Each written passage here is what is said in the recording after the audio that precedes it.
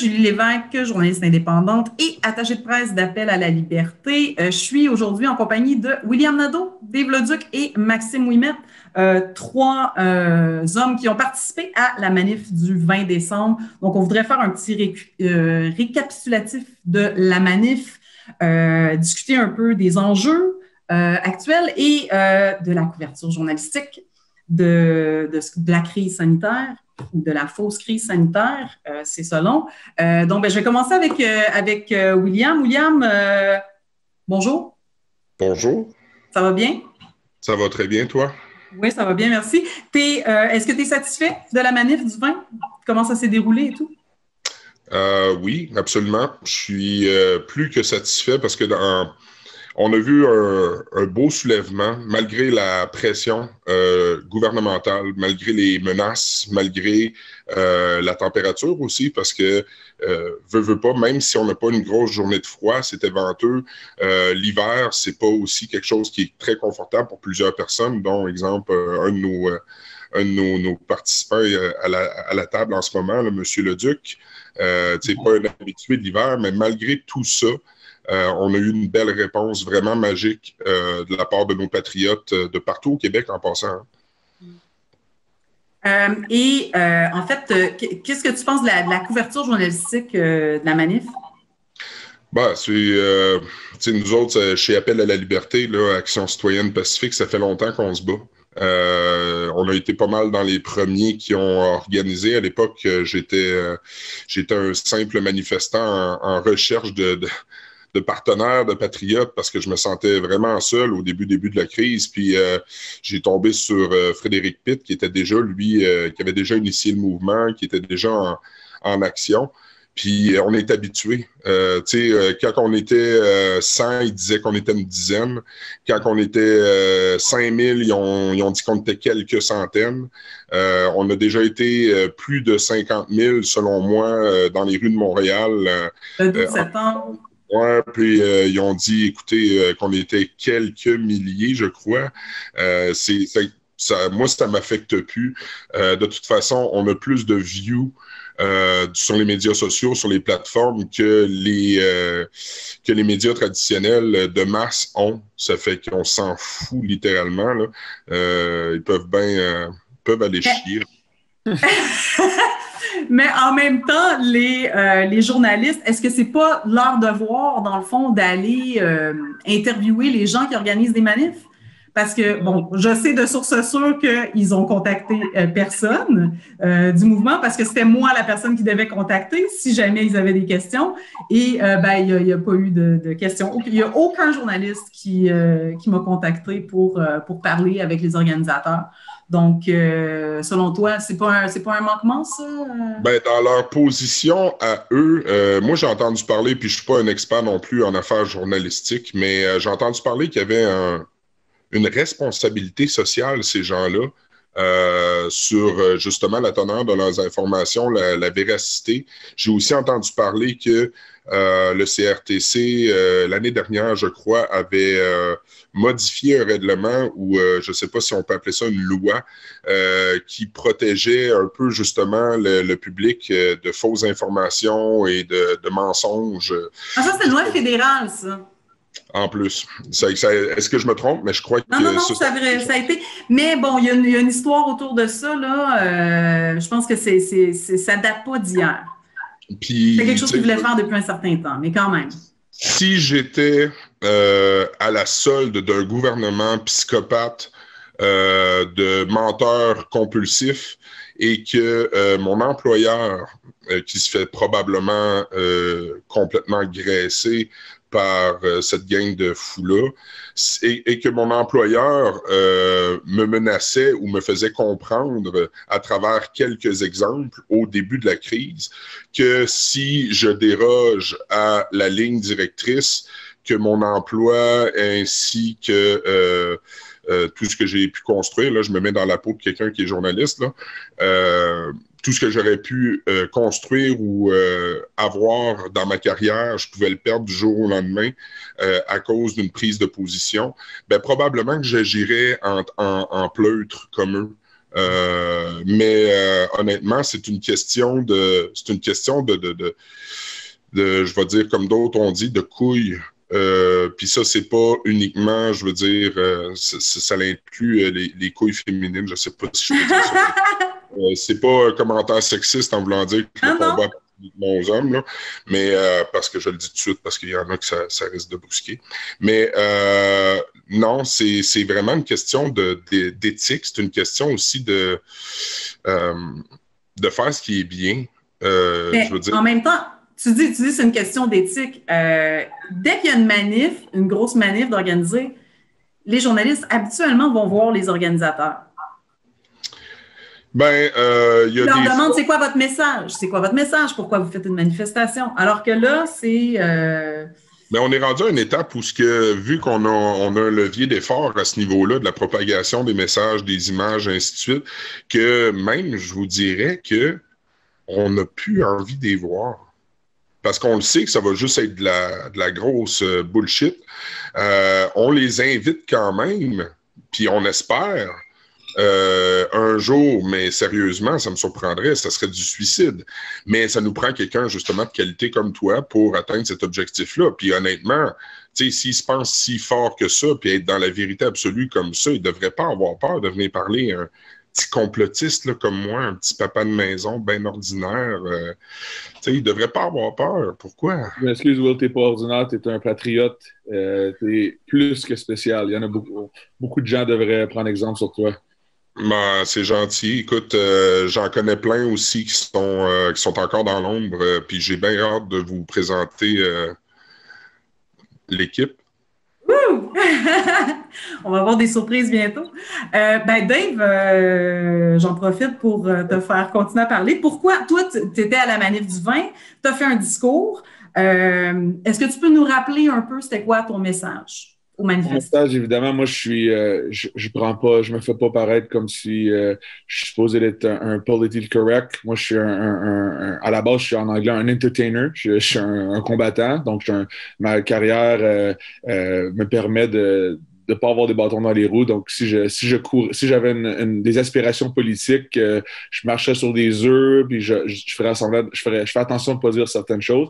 Mais comme plusieurs personnes l'ont dit dans le passé, je suis un peu comme un brise-glace pour ces experts-là, pour les virologues, les médecins qui sont muselés, qui sont mis à l'écart, qui sont menacés d'être irradiés de leur ordre des médecins, des avocats aussi qui sont menacés de faire attention à ce qu'ils disent.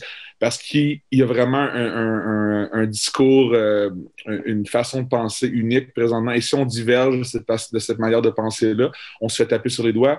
Et en ce moment, dans une situation très précaire comme ça, qui fait les finances des gens sont importantes. Et il y a beaucoup de gens, en ce moment, les finances ne vont pas bien. Donc, beaucoup de personnes vont devoir, donc, un peu accepter ces menaces-là et ont peur de perdre leur emploi. Donc, je compatis, j'ai beaucoup de compassion pour ces gens-là.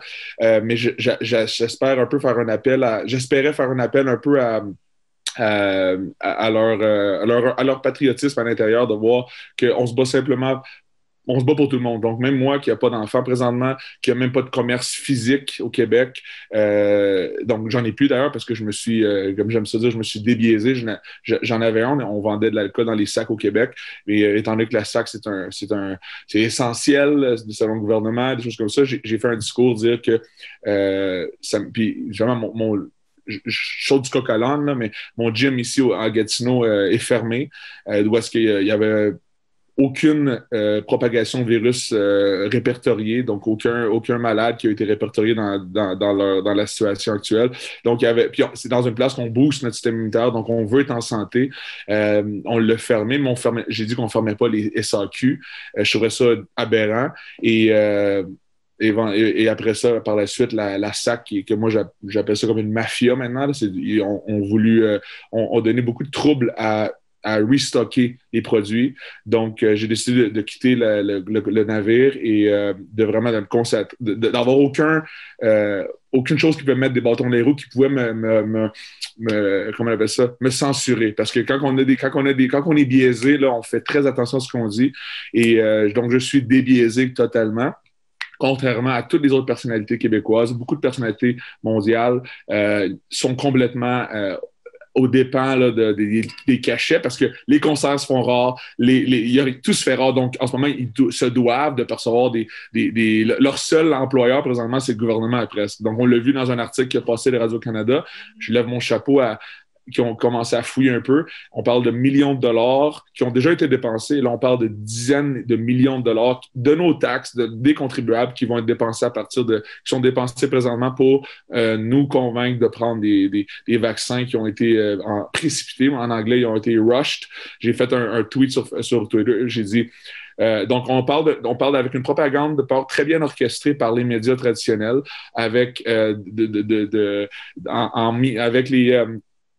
les mesures sanitaires qui ont été imposées, les gens, avec la fraude statistique d'ailleurs et plus et tout. Donc, on a réussi à convaincre les gens brillamment qu'on avait besoin d'un virus, qu'on avait besoin par contre On n'a pas besoin de virus.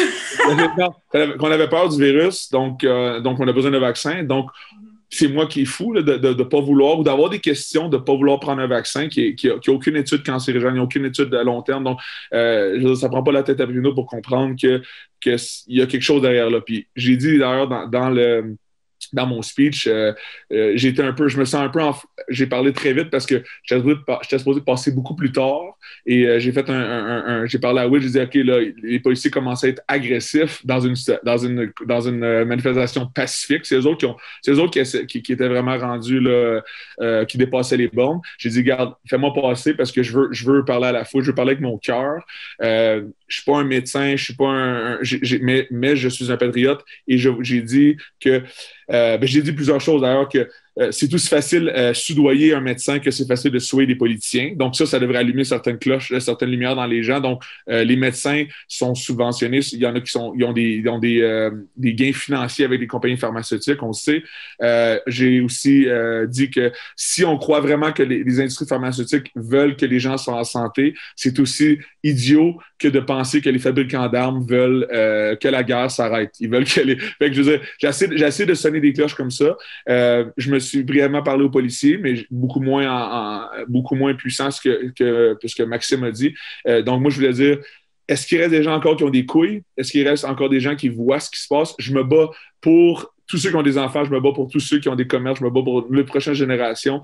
J'ai dit en gros que je ne peux pas changer le monde, mais que si je peux aider ma patrie, mon pays natal, ma province native, je vais le faire. Puis, comme je dis, je suis supposé de repartir en Europe. J'ai décidé de rester. J'ai des articles de journaux qui essaient de faire la dérision. J'ai des gens. Donc, j'ai aucun avantage de mon image ou financier de faire ça.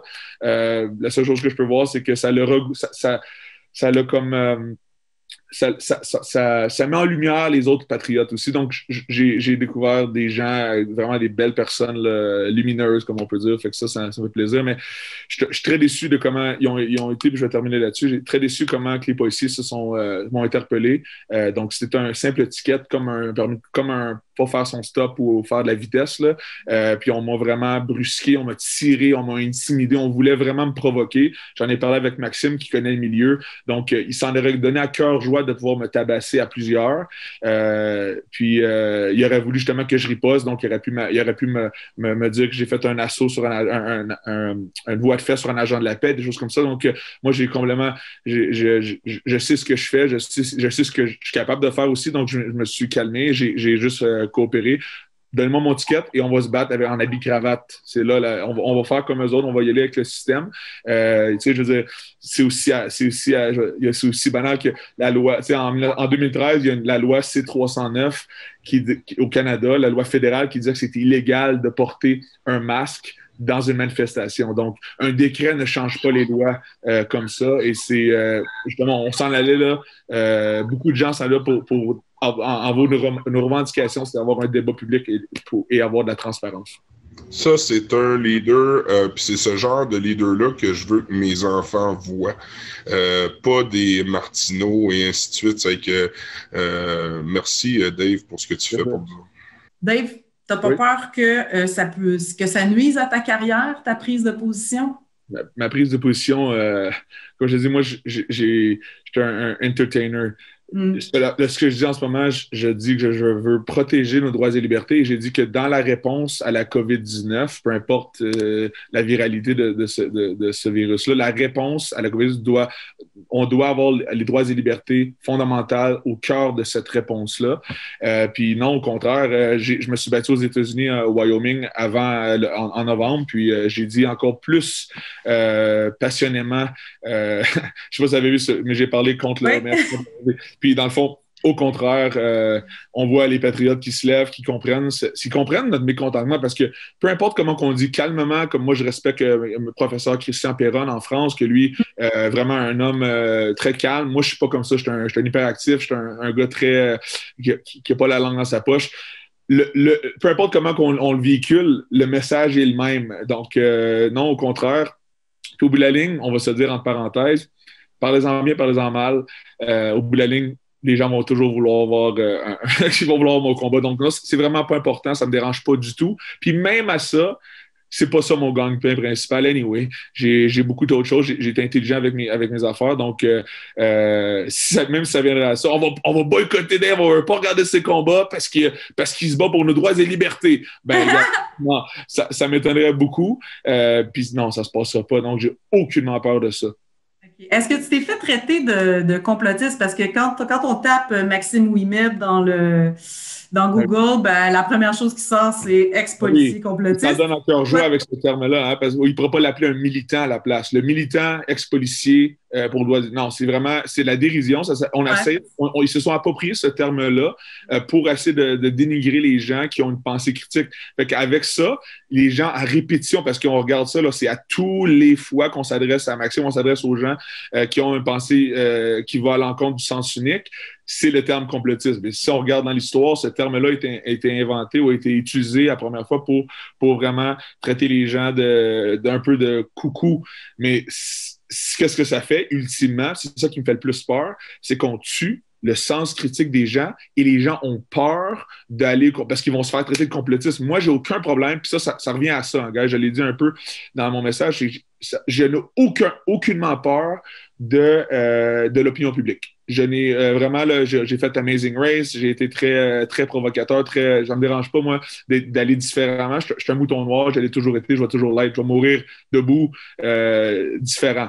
Mon point, c'est que là, les gens, par exemple, comment on a été éduqués dans le système d'éducation, surtout les Canadiens, on était sorry, toujours gentil, toujours gentil. On est reconnu pour ça dans le monde, d'ailleurs. On a de la misère, beaucoup de gens ont de la misère à potentiellement se faire pointer du doigt, potentiellement être des outcasts, être des moutons noirs, ils ne sont pas capables. Donc, qu'est-ce qui arrive, c'est que quand on voit des journaux comme ça, donc vraiment honte au Journal de Montréal, honte à ces journaux-là qui libellent comme ça, qu'est-ce que ça fait? C'est qu'on fait peur aux gens de ne pas se lever. Mais encore une fois, comme Will l'a dit, beaucoup de gens se sont levés malgré beaucoup de choses. Malgré ça, les gens se lèvent et ça montre à quel point il y a quelque chose qui se passe parce que les médias font tellement bien leurs choses que la plupart du temps, ils réussissent à calmer les gens, ils réussissent à taire les gens. Mais c'est tellement dégueulasse ce qui se passe présentement que les gens se lèvent quand même. Ben c'est ça, Dave. Ils se tirent eux autres même dans le pied avec ça parce qu'ils font tellement de fake news. On est tellement capable de montrer que c'est du fake news qu'ils vont courir à leur perte. Ils se tirent dans le pied article par article. Oui. Mais là, c'est le scoop dollar pour l'instant, là. Mais en 2021, ça va être leur perte. Oh, absolument. Dave, tu avais quelque chose à rajouter sur ton interpellation avec les policiers? Oui, donc, comme je te dis, ils ont essayé de vraiment me provoquer. Là. Je leur ai dit vraiment que j'étais calme tout le long, puis je leur ai dit, dites-moi où aller, je vais vous suivre, je vais marcher. Puis on m'a dit non, on a le droit à premier point de contact, on a le droit de te toucher. Je veux dire, c'était vraiment, vraiment dégueulasse. Je coopérais, on m'a quasiment traîné. Là. Je disais, dites-moi où aller, je vais marcher, j'ai aucun problème. C'est un ticket, là, c'est rien de grave. Puis, donc, tu n'as pas résisté du tout, là? Du tout.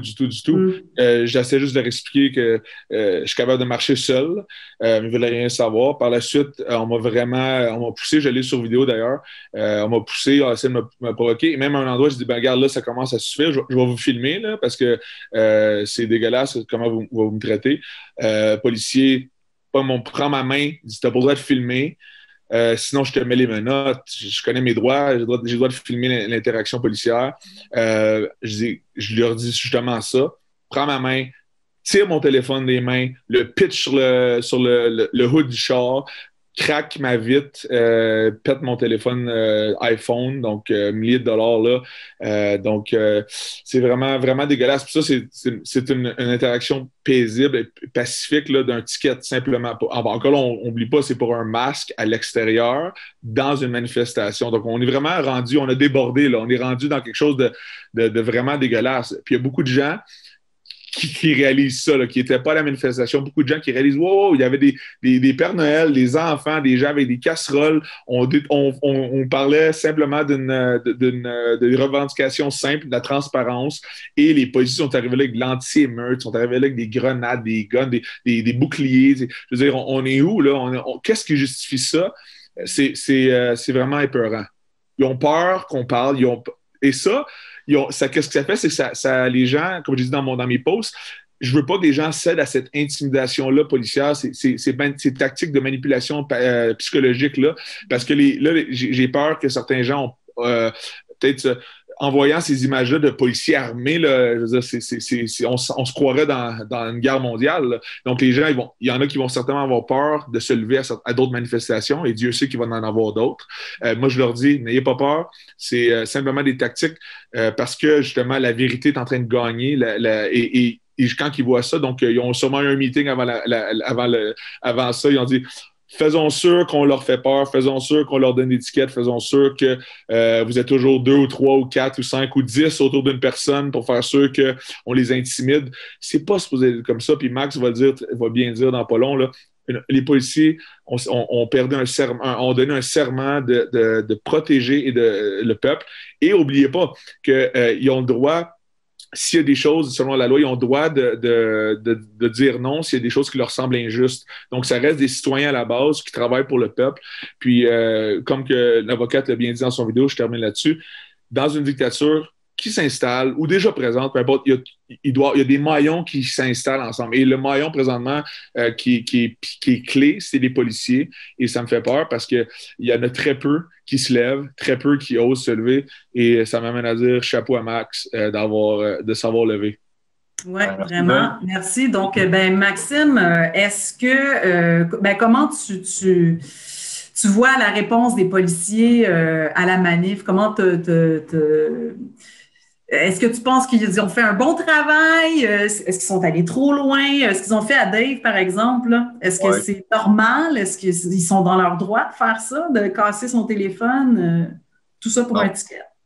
Non, pas du tout. C'est sûr et certain que Dave, là, on s'est parlé, il va falloir qu'il porte des plaintes contre ces policiers-là parce que c'est effectivement, quand on se fait filmer en tant que policier, c'est une sorte d'assaut qu'on a, c'est une intimidation, mais au bout de la ligne, le public a le droit vu qu'on est des personnages publics. Puis oui, on va être tenté de vouloir prendre le téléphone puis le faire disparaître parce qu'on n'aime pas ça être filmé. Ça nous achale, mais c'est parce qu'on veut pas être pris en défaut. Mm-hmm. Donc là, ils ont brisé le téléphone de Dave. C'est sûr que ça a été fait volontairement. Puis Dave, tantôt, tu sais, t'a dit, le policier, à partir du moment qu'il t'a touché, il t'a dit, non, à partir du moment que je t'ai touché, mon contact initial, il est fait, j'ai le droit de continuer. Ben là, ce policier-là est dans l'erreur parce que dans le continuum de l'emploi de la force, là, les policiers, on est formés avec un tableau de l'emploi de la force qu'on parle. Puis la première force d'un policier, c'est sa présence physique. Soit le véhicule de police, soit son uniforme.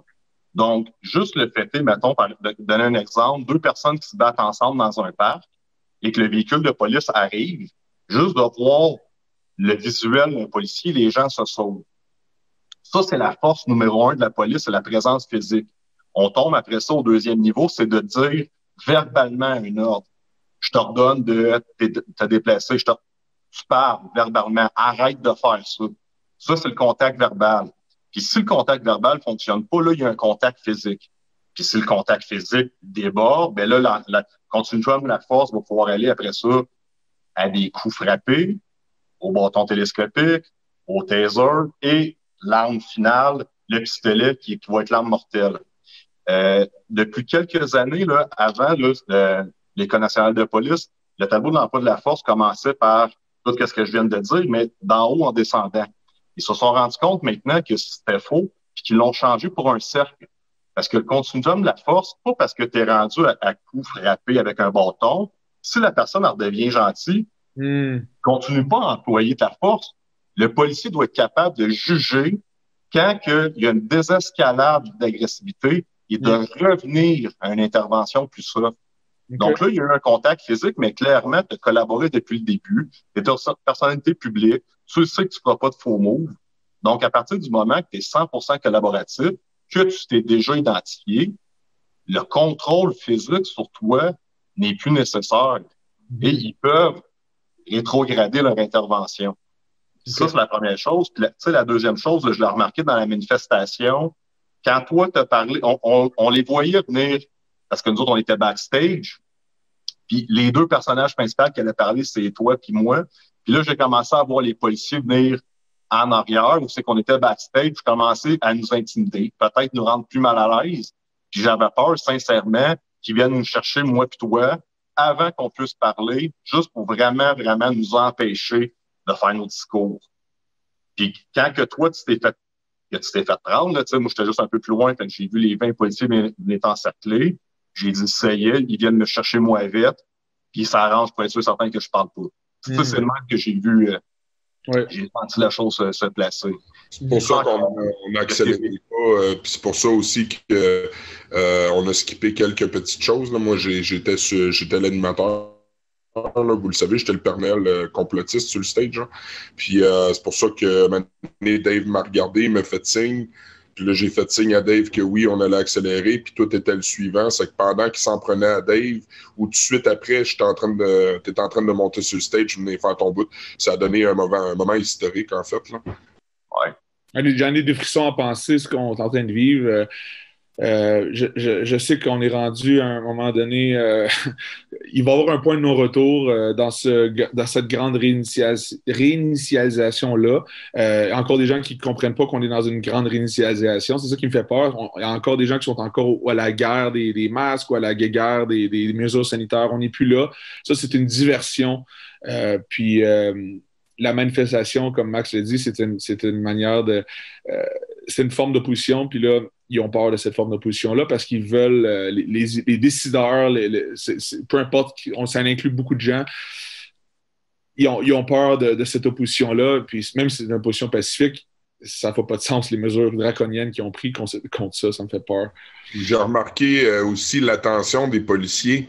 Max, le vin, oui. Tu as vu clairement que ta manière de parler et aussi ton intention, le message était dirigé vers eux autres. Puis on a clairement vu certains policiers où ça les a rentrés dedans. Puis aussi le 21, j'ai vu les images sur Internet de la manif à Mireille, le 21, puis ton discours. Ouf. Ouais. Moi, je n'ai pas entendu, Max, by the way, parce que je suis en train de me faire intimider de l'autre côté, en train de me faire pousser. Fait que, peux-tu me rappeler ce que tu as dit? Oui, Maxime, c'était quoi ton message aux policiers durant la manif? C'est adressé Celle du 20 décembre, j'ai été déçu du comportement des policiers parce qu'effectivement, je le trouvais agressif, c'était intimidant. On le voyait qu'ils n'étaient pas là pour la sécurité des gens, mais vraiment aller chercher les gens qui ne portaient pas les masques, aller chercher les petites infractions. Puis moi, quand j'étais policier à l'époque, j'ai tout le temps eu pour mon dire, s'il y a plusieurs personnes qui commettent la même infraction, puis je suis pas capable de punir chaque personne pour la même infraction, je m'abstiens de donner un constat. Ça veut dire que sur 15 000 manifestants, s'il y en avait 10 000 qui n'avaient pas leur masque, je suis pas capable de donner des constats à 10 000 personnes, mais je ne vais pas aller de façon arbitraire, parce que là, on s'entend, là, il allait cibler, il y avait plein de monde pas de masque, là. De façon arbitraire, de quelle façon j'aime pas la face de cette personne-là, c'est lui que je veux pogner, c'est lui le plus faible. Il y a une décision dans la tête des policiers qui se passe, puis ils se disent c'est lui ou c'est elle qu'on va pogner. Ils allaient en chercher.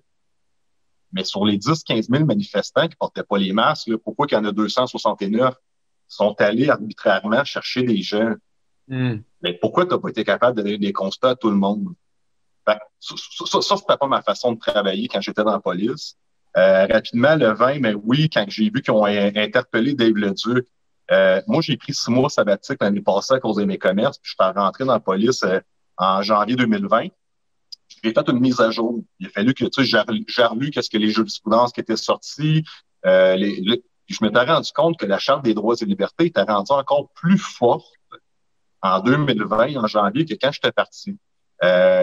Les tribunaux avaient statué que dans une interpellation comme Dave ou pour un ticket, le policier doit, dans les derniers recours, procéder à une détention et s'il est capable d'identifier une personne par enquête à la place, il doit favoriser l'enquête plutôt que la détention pour pas brimer les droits et libertés de la personne.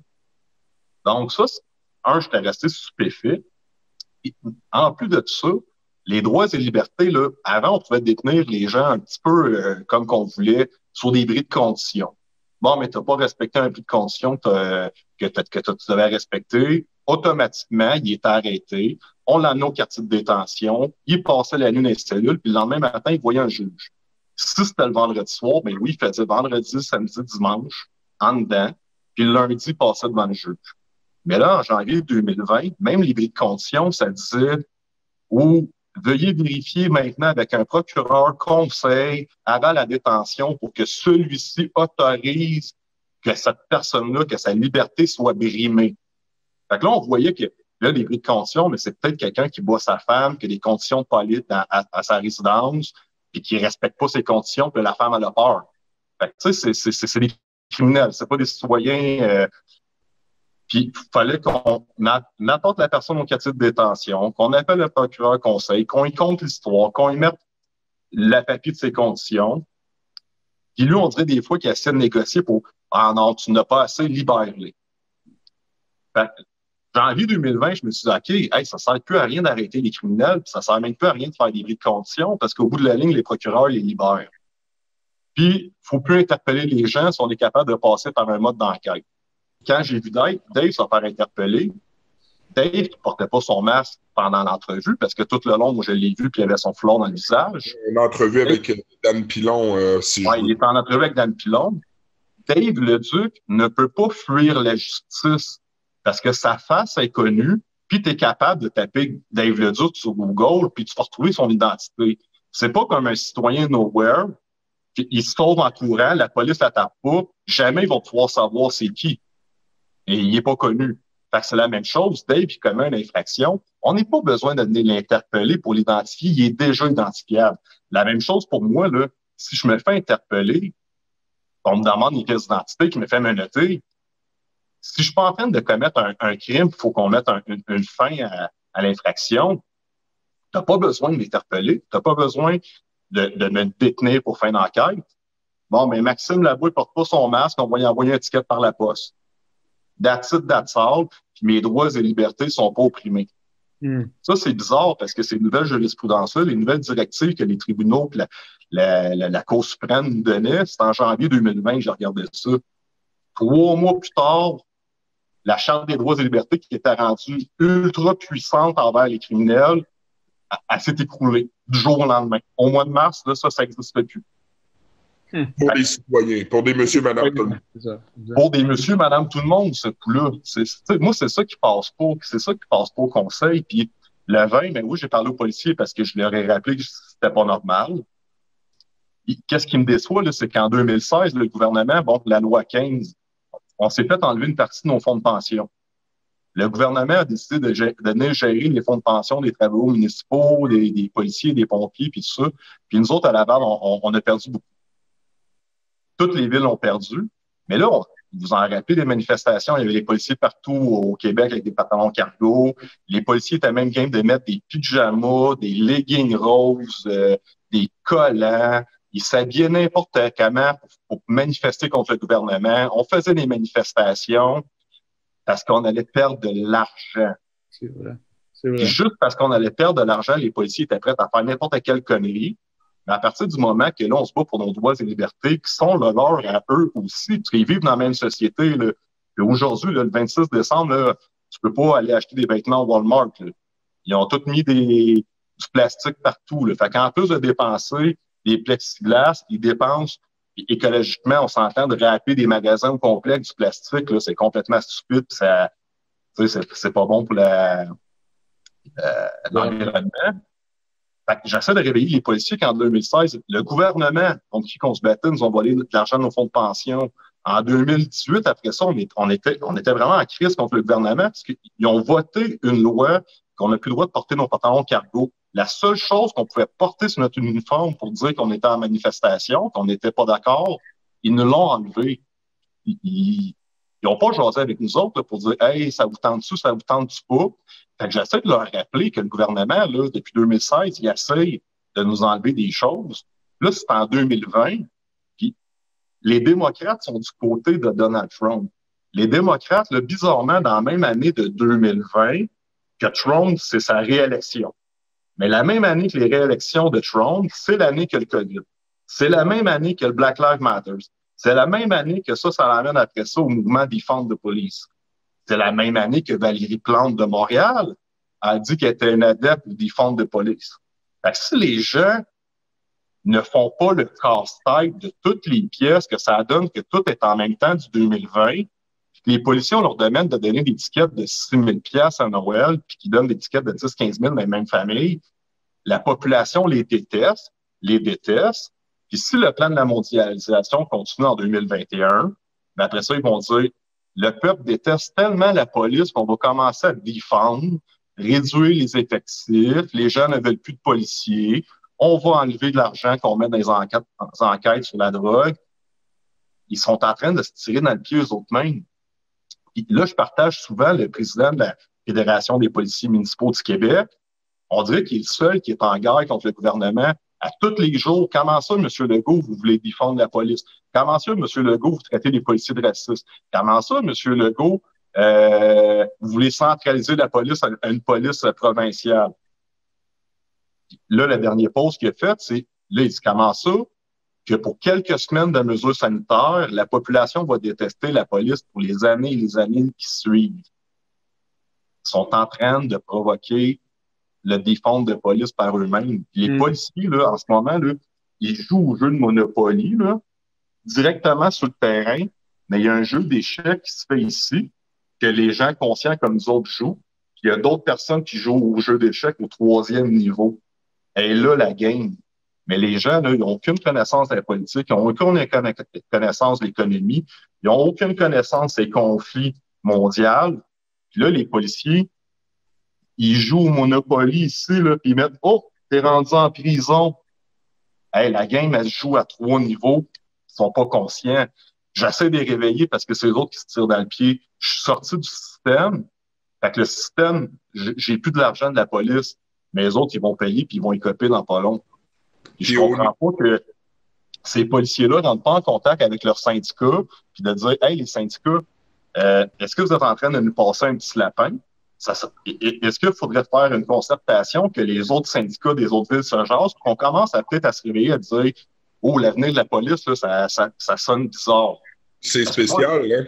Moi, je le sens que ça sonne bizarre pour la police. C'est spécial parce que les premiers alliés, excusez, que les policiers ont, on parle des policiers sur le terrain, ceux qui sont en contact avec le peuple, les premiers alliés qu'ils ont sont les groupes de manifestants. Nous, on le sait très bien que dans une société, ça nous prend des gens qui protègent, qui servent, qui sacrifient leur temps, leur vie, leur énergie pour le bien de la communauté. On en a besoin. Mais on ne veut pas remplacer ceux qu'on a là par des tyrans internationaux ou quoi que ce soit, parce qu'aussi farfelu que ça peut paraître, on le sait très bien ce qui s'en vient, là. On le sait très bien que si à partir du moment que nos policiers ici commencent à se faire défendre ou commencent à perdre leurs emplois dans la culture, ils vont les remplacer, mais ils ne remplaceront pas par mieux, là. Puis, comment je peux expliquer ça? Tu parlais de plusieurs niveaux, Max. Je confirme qu'il y a des jeux qui jouent à plusieurs niveaux. On affronte une pieuvre. Imaginez une pieuvre géante avec plusieurs bras, plusieurs tentacules. On a des groupes de professionnels, de manifestants, de résistants qui affrontent une tentacule à la fois, mais qui lâchent pas chacun le tentacule parce que c'est la seule manière qu'on a de se battre. Je sais pas si l'image est claire, mais là, il va falloir vraiment qu'on amène tes anciens amis de la police là, ou à comprendre que on est probablement les seuls. Tu sais, on est pognés en sandwich. Tu as les organisateurs, les leaders de manifestations, les leaders de groupes résistants, puis tu as les policiers sur le terrain. De chacun de notre bord, on a de la pression. Puis on s'aplatit, puis à un moment donné, on a peur que ça fasse un gros crunch. Où est-ce que là, on va buter. Mais dans le fond, là, la réalité, là, c'est qu'il y aurait juste besoin de virer leur chemise de bord très rapidement, puis il y aurait plusieurs dizaines, si ce n'est pas des centaines de milliers de personnes qui prendraient leur défense. Ça va sauver le système, parce que leur job est en péril, mais pas juste la police. Hein, il y en a plein de policiers. Moi, j'en ai des policiers qui m'écrivent et qui sont de mon avis. Là.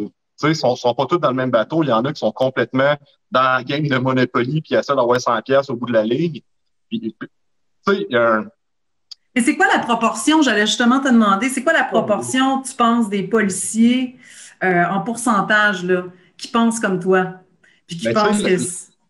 La game, elle change tellement vite parce que, tu sais, moi, on s'entend que moi aussi, là, les Stéphane Blick, les mouvements qu'il y avait au début, au mois de mars, là, c'était des attardés pour moi. Là, j'étais dans la vision des complotistes, mais au lieu de jouer au PS4 là, puis tondre mon gazon, là, j'ai étudié en style portrait politique, j'ai regardé des vidéos YouTube, puis c'est tout ce qui est de la psychologie humaine, tout vient s'emboîter finalement. Bon, Max, ils vont couper la partie que tu as dit de regarder des vidéos YouTube, c'est ça qui t'a éduqué. Ils comprennent pas que justement, étant donné que tous les médias traditionnels sont un peu biaisés, puis les experts mondiaux aussi sont biaisés. Donc, il y a des experts mondiaux, des épidémiologistes, des médecins qui sont sur YouTube. C'est leur seule plate tribune. Et même encore là, ils se font couper, ils se font censurer sur YouTube. Donc, je compare YouTube à la grande bibliothèque d'Alexandrie des temps modernes. C'est un... Oui, tu vas trouver beaucoup de, excusez-moi, de merde, de vide, là, mais il y a beaucoup d'experts, beaucoup de recherches, beaucoup d'explications scientifiques, de reportages. Écoute, tu sais, ceux qui salissent YouTube, je veux dire, puis qui sont pognés en avant de l'LCM, écoute, j'hoche de la tête, puis je continue à marcher. Parce que, tu sais, un peu ce que Max a dit, Max, il y avait beaucoup dans la manifestation aussi, j'ai vu des pompiers. J'ai vu des groupes de gars, là, j'ai vu 5 ou 10 gars, là, c'était tous des pompiers d'une certaine caserne d'une ville. J'ai vu des infirmières qui m'ont dit, qui ont été, des infirmières qui manifestaient contre, pas contre, mais pour avoir des mesures sanitaires logiques et justifiées. Ils me disaient même qu'il y en a qui ont été mis de côté, ils ont dit, va-t'en en congé forcé, là, parce qu'ils ont osé parler du COVID dans leur cafétéria. Donc, tu n'as même plus le droit de parler de ça. Tu n'as même pas le droit d'en parler. C'est-à-dire que si tu en parles, là, on te coupe. Ça n'a pas d'allure. On est rendu où? On est rendu en Corée du Nord? C'est quoi?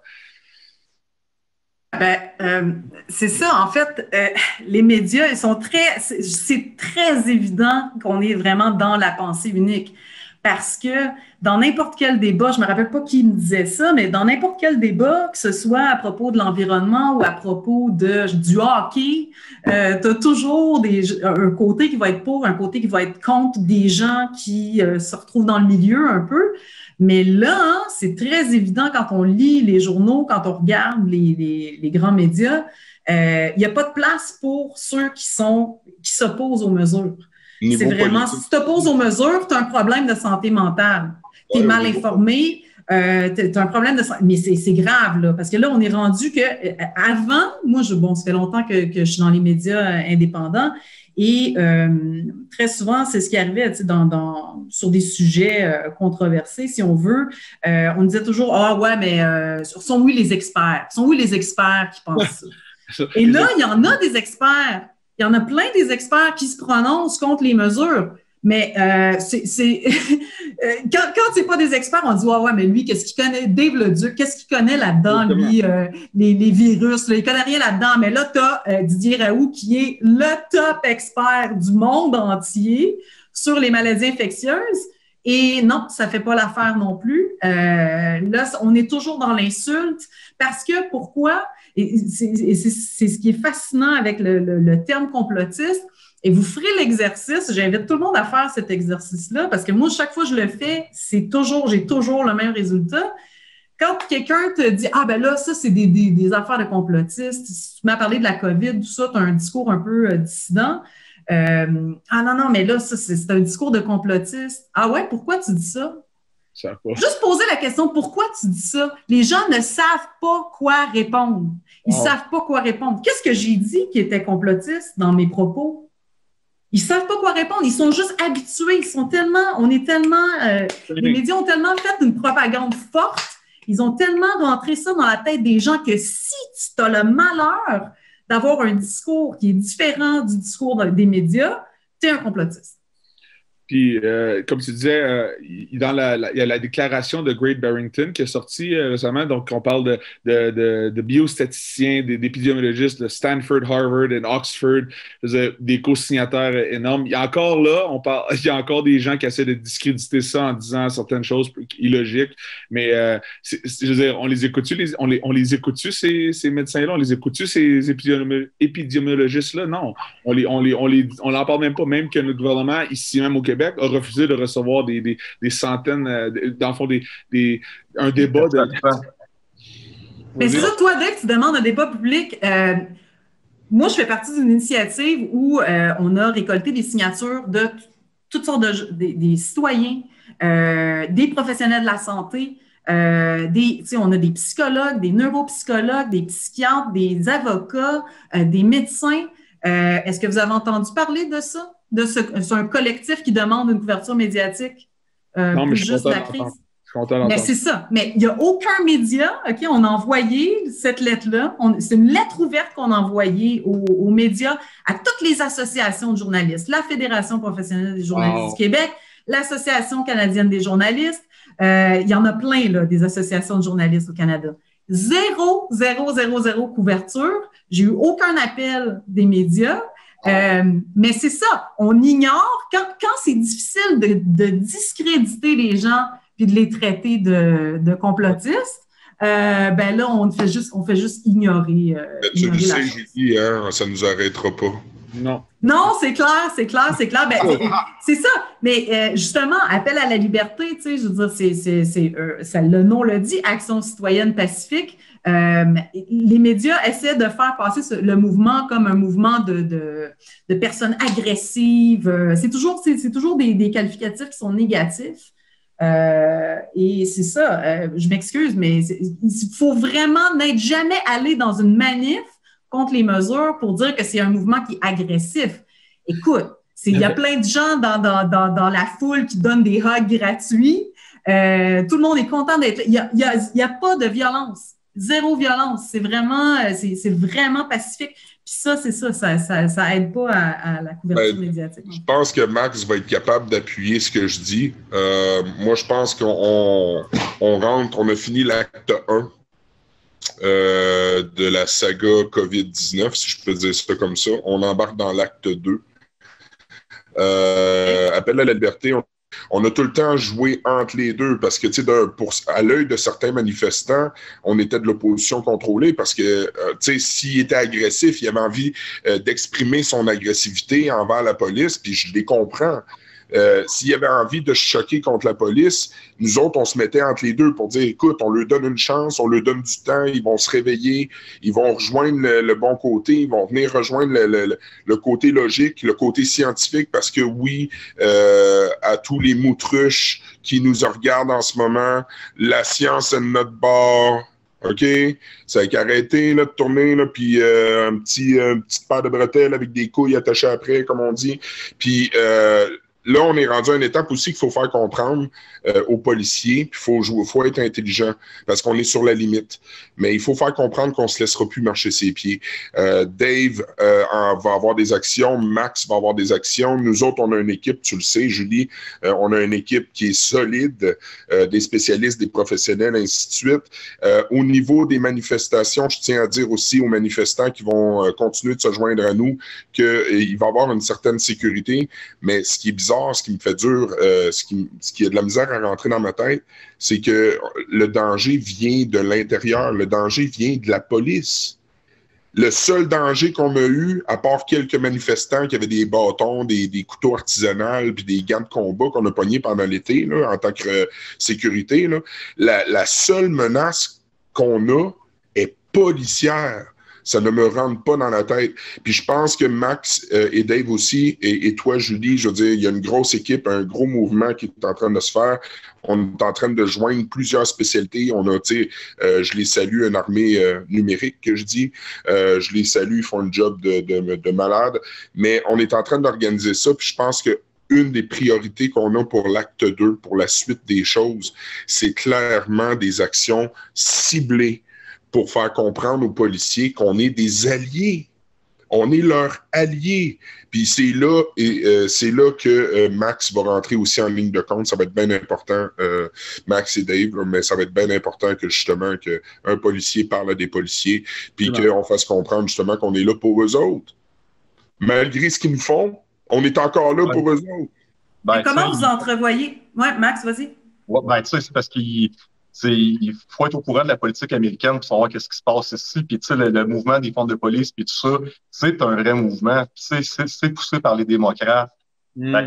Puis, c'est vrai que la police au privé, là, j'ai un client, moi, justement, qui travaillait c'était pas un agent de sécurité, c'était un agent de sûreté qui me dit, puis qui émettait des constats pour les règlements municipaux. Ils ont déjà commencé dans des petites villes qui ont moins de budget à mettre des agents de sécurité, mais c'est à 15$ de l'heure. Tu sais, un policier, là, c'est 50$ de l'heure, mais tu sais, imagine ses assurances, son fonds de pension, là, ça coûte cher un policier versus quelqu'un à 15$ de l'heure.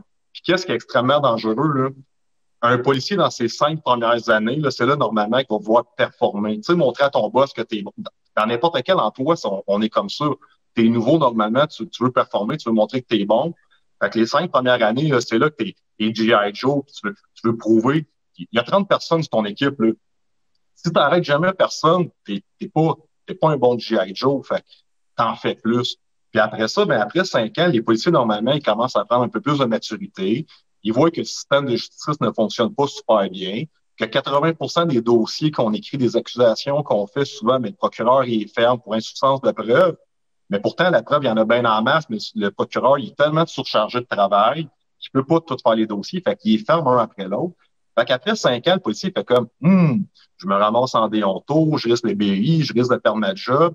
Puis au bout de la ligne, les criminels, ils ne sont pas vraiment arrêtés. Fait que le policier, après 5 ans, il commence à dire, ouais, je vais prendre ça un peu plus relax, puis tu sais, je vais faire plus du service aux citoyens, puis je vais aider les gens, puis je vais arrêter du monde quand ça vaut vraiment la peine.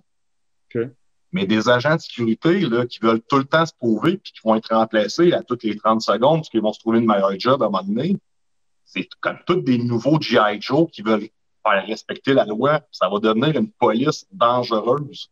Mais là, c'est ça que j'essaie de faire. J'essaie de prendre cette tangente-là parce que, tu sais, quand j'ai commencé à marteler dans la tête des gens que j'aimerais ça l'instauration d'un shérif. Je commence à mettre la table parce qu'il y a vraiment des projets en branle sérieux avec ça, avec des shérifs aux États-Unis. Fait que c'est pas un secret.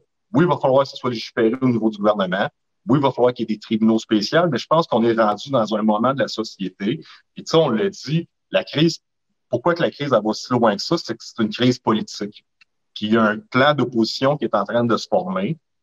Puis éventuellement, si on veut une nouvelle société, mais je pense que va falloir militer justement pour pas que ça soit du privé qui vienne remplacer la police, mais des shérifs élus qui peuvent perdre leur job n'importe quand le peuple les en rééliront pas après 4 ans. Là, ça va donner une certaine confiance. Puis le shérif qui veut être réélu dans 4 ans, là, si c'est fouillé dans le nez puis c'est pogné le cul pendant 4 ans, là, il sera pas réélu. Fait qu'il va falloir qu'il en fasse de plus en plus pour le peuple. Et c'est pour ça qu'aux États-Unis, on les voit, les shérifs ont des chaînes YouTube, puis ils parlent directement au maire, puis ils disent non, c'est pas vrai qu'on va faire ça pour les citoyens. Il est élu, il est payé il s'en fout de la mairesse, puis du directeur de la police, puis du gouvernement. Fait que je pense sincèrement, là, pour sauver la police, parce que qu'est-ce qui va se passer? Il y a le mouvement de défense de police. Je vais essayer de m'en servir, mais pour créer des shérifs au lieu de la sécurité privée. Je pense qu'on va essayer de s'en sortir comme ça. Puis j'essaie de prendre ce momentum-là pour le créer. Comment vous entrevoyez 2021? Là, on a la vaccination qui a commencé. Je ne sais pas, Will, comment tu entrevois ça, 2021? C'est, comme je disais tantôt, moi, je m'amuse à dire que c'était la fin de l'acte 1. On a fini l'an 0 du nouvel ère. On rentre dans l'an 1 du nouvel ère sous peu. Le début de la pandémie, de la supposée pandémie, je sais pas comment vous appelez ça. L'acte 2... L'acte 2 est déjà en branle depuis longtemps. Il y a déjà des gens qui sont en train justement d'organiser ce qu'on peut appeler un peu le monde de demain. Il y a des obligations, il y a de la pression sociale qui va se faire sur le peuple, sur différents corps de métier dans les prochaines semaines, dans les prochains mois. Puis les gens faut donner le courage aux gens de tenir leur bout.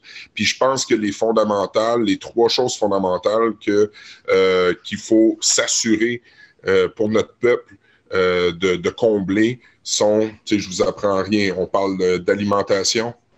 Okay? On parle de logement, puis de cachette, puis on parle aussi de sécurité.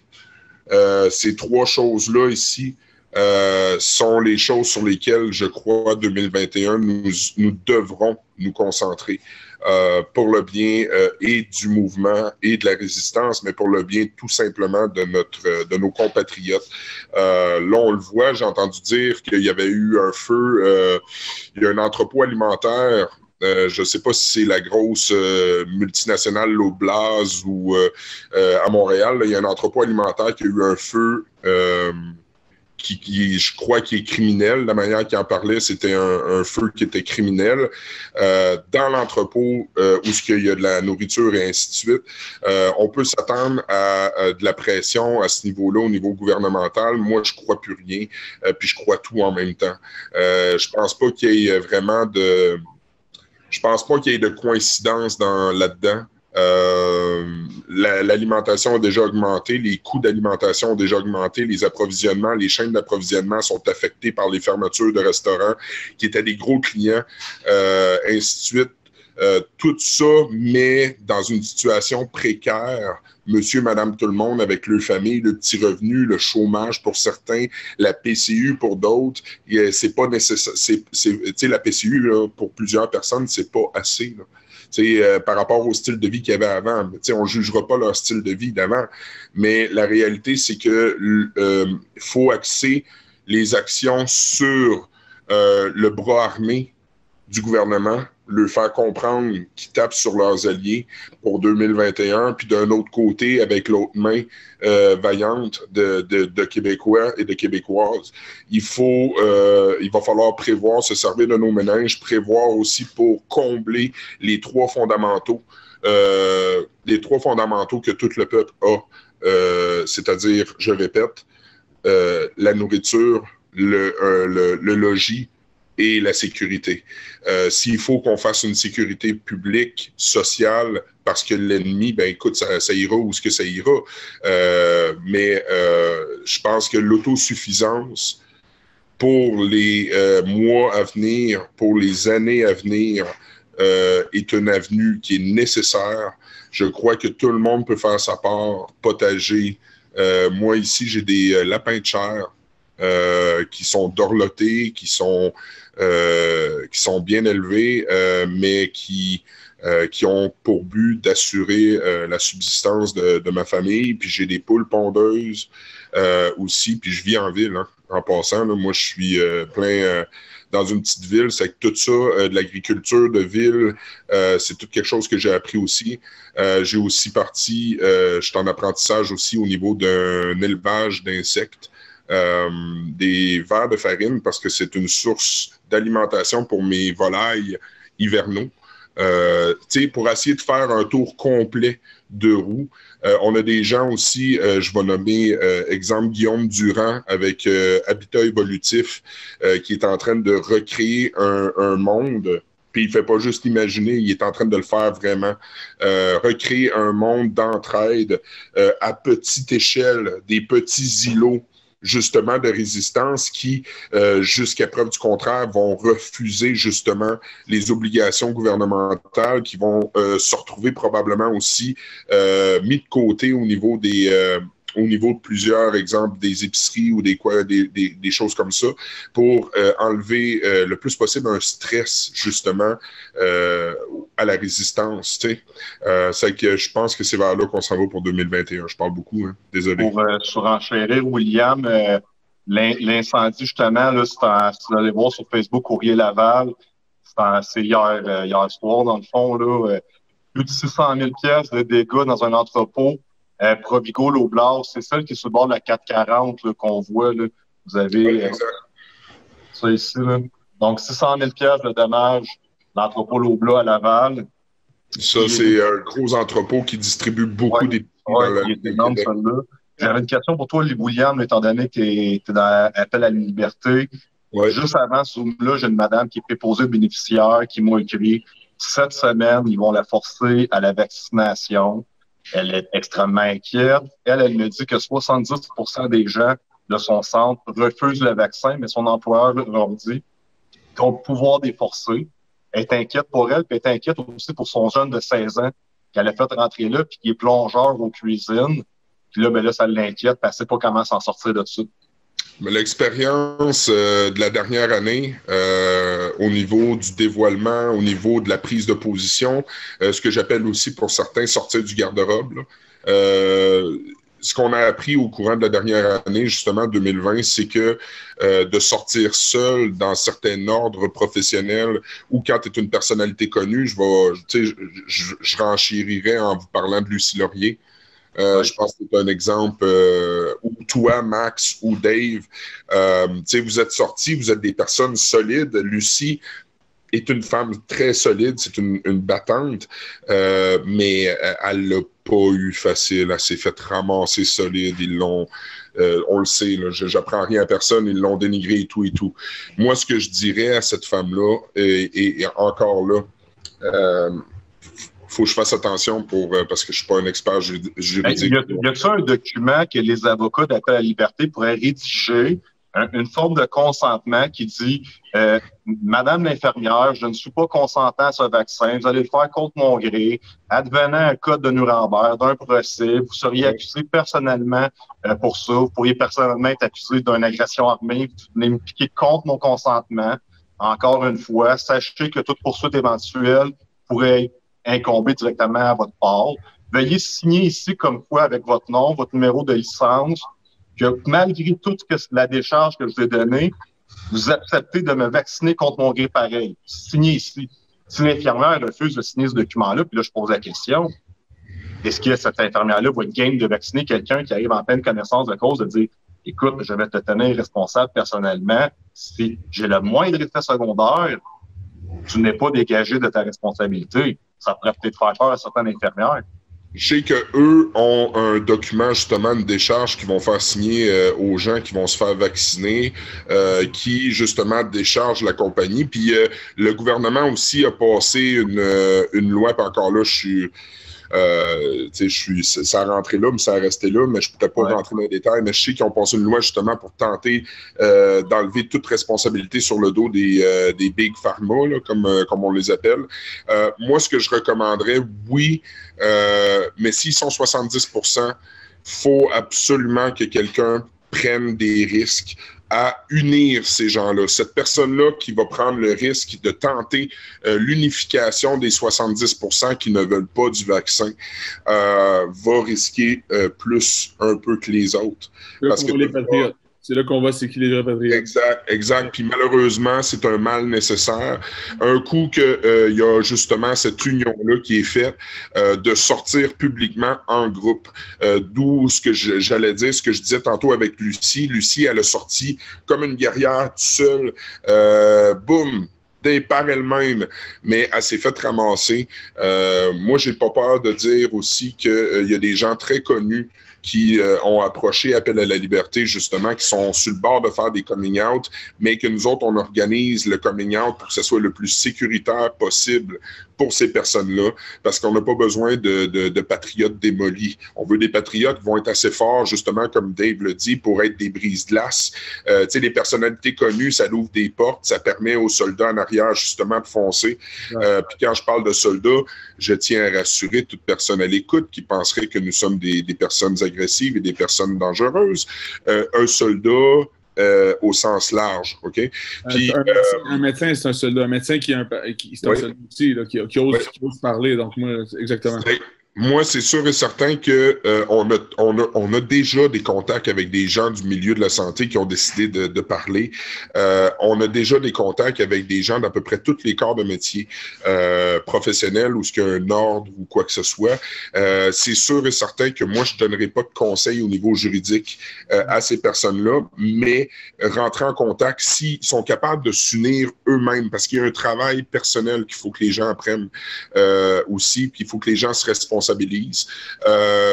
Oui, appel à la liberté, on ne laissera pas tomber les causes, on va se battre, bec, cœur, âme, on va tout mettre dans le blender s'il faut, mais il faut que les gens se responsabilisent. Vous êtes des êtres souverains, vous devez absolument, peuple québécois, québécoise, patriote, inclusivement, toute race, toute religion, inclusivement toute orientation sexuelle, OK? Vous devez vous responsabiliser. Vous devez faire un front immédiat alentour de vous. Le combat se déroule là. C'est de dire à un moment donné, non, ça suffit. Vous êtes 70, ils ne peuvent pas renvoyer 70% de leurs employés. Ils ne peuvent pas. Faites front commun, dites non. Puis faites-le ensemble, de manière ordonnée, structurée et aussi de manière stratégique. Puis au niveau de la stratégie, oui, j'encourage ces femmes-là ou ces hommes-là, ces préposés-là qui commencent à chialer, là, je les encourage à rentrer en contact avec justement Appel à la liberté, Action citoyenne pacifique, parce que l'union fera toujours la force, parce qu'on n'est pas que des complotistes, contrairement, ou bien des extrémistes. On a entendu ça aussi de la bouche de certaines personnes, hein, des extrémistes. Quand ils vont commencer à parler de ça aux nouvelles, quand ils vont commencer à dire ce mot-là de complotiste, là, ça va être vraiment la goutte qui fait déborder le vase. Ça serait inacceptable envers les médias. Ils vont avoir des mises en demeure. C'est inacceptable de dire ça. Puis l'étape après, c'est terroriste. Hein? Vous le savez, vous êtes conscient. Juste pour continuer avec Max, c'est ce qu'il a dit. Docteur Didier Raoult, un microbiologiste médecin en France, très réputé, a dit que le vaccin relevait de la science-fiction et que, justement, l'exemple des vaccins contre la grippe qui a mis une quinzaine d'années à se stabiliser. Et encore là, il n'est pas encore fiable à 100%. Donc, ils ont tout à fait droit d'avoir des réserves, ont tout à fait droit de vouloir refuser ce vaccin-là. Et puis, pour répondre à la question de Julie, moi, qu'est-ce qui m'a vraiment interpellé, c'est une quote je me rappelle pas où ça vient de qui, mais très puissante, c'est le plus grand fléau des humains, c'est pas l'ignorance. C'est le refus de savoir, le refus d'apprendre. Donc, moi, j'invite les gens qui écoutent ça, qui sont d'ailleurs sûrement déjà un peu au courant, ou il y en a qui écoutent ça, qui sont à la recherche de réponses, allez regarder la grande déclaration de Great Barrington Declaration. Elle est traduite dans toutes les langues par des experts mondiaux. Et aussi, de se renseigner un peu sur le livre, ou qui est la personne, d'ailleurs, ce grand reset-là qui se passe présentement, avec la diversion de la pandémie, là, la diversion sanitaire. C'est Klaus Schwab qui est à la tête du World Economic Forum. Et dans son livre, et je cite, il dit « Beaucoup d'entre nous se demandons quand les choses redeviendront à la normale. La réponse est courte, jamais. Il y aura une ère avant le coronavirus et une ère après le coronavirus. Ils sont déjà prêts. Il continue en disant jusqu'à 86% des emplois dans la restauration, 75% des emplois dans le commerce de détail et 59% des emplois dans le divertissement pourraient être automatisés d'ici 2035. Donc, ils disent direct là qu'ils n'ont pas besoin de la plupart des gens, ils n'ont pas besoin de la classe moyenne. Ils sont déjà prêts à ça. Et ils disent que 75% des restaurants indépendants, donc ils s'en foutent des grosses corporations parce qu'ils sont déjà solides, mais les restaurants indépendants pourraient ne pas survivre au verrouillage et aux mesures de distanciation sociale ultérieures. Et il indique aussi, même dans le livre, là, c'est ouvert, tu peux le commander en ligne, que les gens vont avoir des problèmes psychologiques, des détresses psychologiques, des suicides, des choses comme ça, et ils disent ça fait partie de la game pour le bien commun, le développement durable. Et ça, c'est inacceptable qu'il n'y ait aucune consultation et que notre premier ministre, qui est sous enquête présentement d'ailleurs par rapport à ça, a mis le grand reset en branle sans consultation de la masse. On parle de quelque chose de tellement gros. On parle d'un changement de société complet. Dans une société démocratique, on se doit d'être consulté, on se doit d'avoir un débat public. Et d'ailleurs, on est capable d'avoir un petit conférence de presse qui a coûté de l'argent avec le Père Noël. On devrait être capable de faire un meeting avec des experts, non? Si on est capable de faire de la propagande de peur comme ça chez les enfants, de faire de l'endoctrinement de vaccins, de dire que le vaccin est safe, quand les preuves ne sont pas là à l'appui, on devrait être capable d'utiliser les fonds publics à bon escient. Donc, pas pour faire de la mascarade comme ça. Moi, je suis dégoûté. Ça se passait d'ailleurs autour de la manifestation, là. Donc, il y avait, je pense, la même journée, si je ne me trompe pas en plus. Répondre à votre question, moi, je pense qu'on va voir une grande récession dans les prochaines années, si c'est pas après, ou on va voir des guerres civiles apparaître dans plusieurs pays dans le monde. Il va falloir être prêt, comme on l'a dit. Donc, achetez-vous beaucoup de choses à la maison, que ce soit des choses non périssables.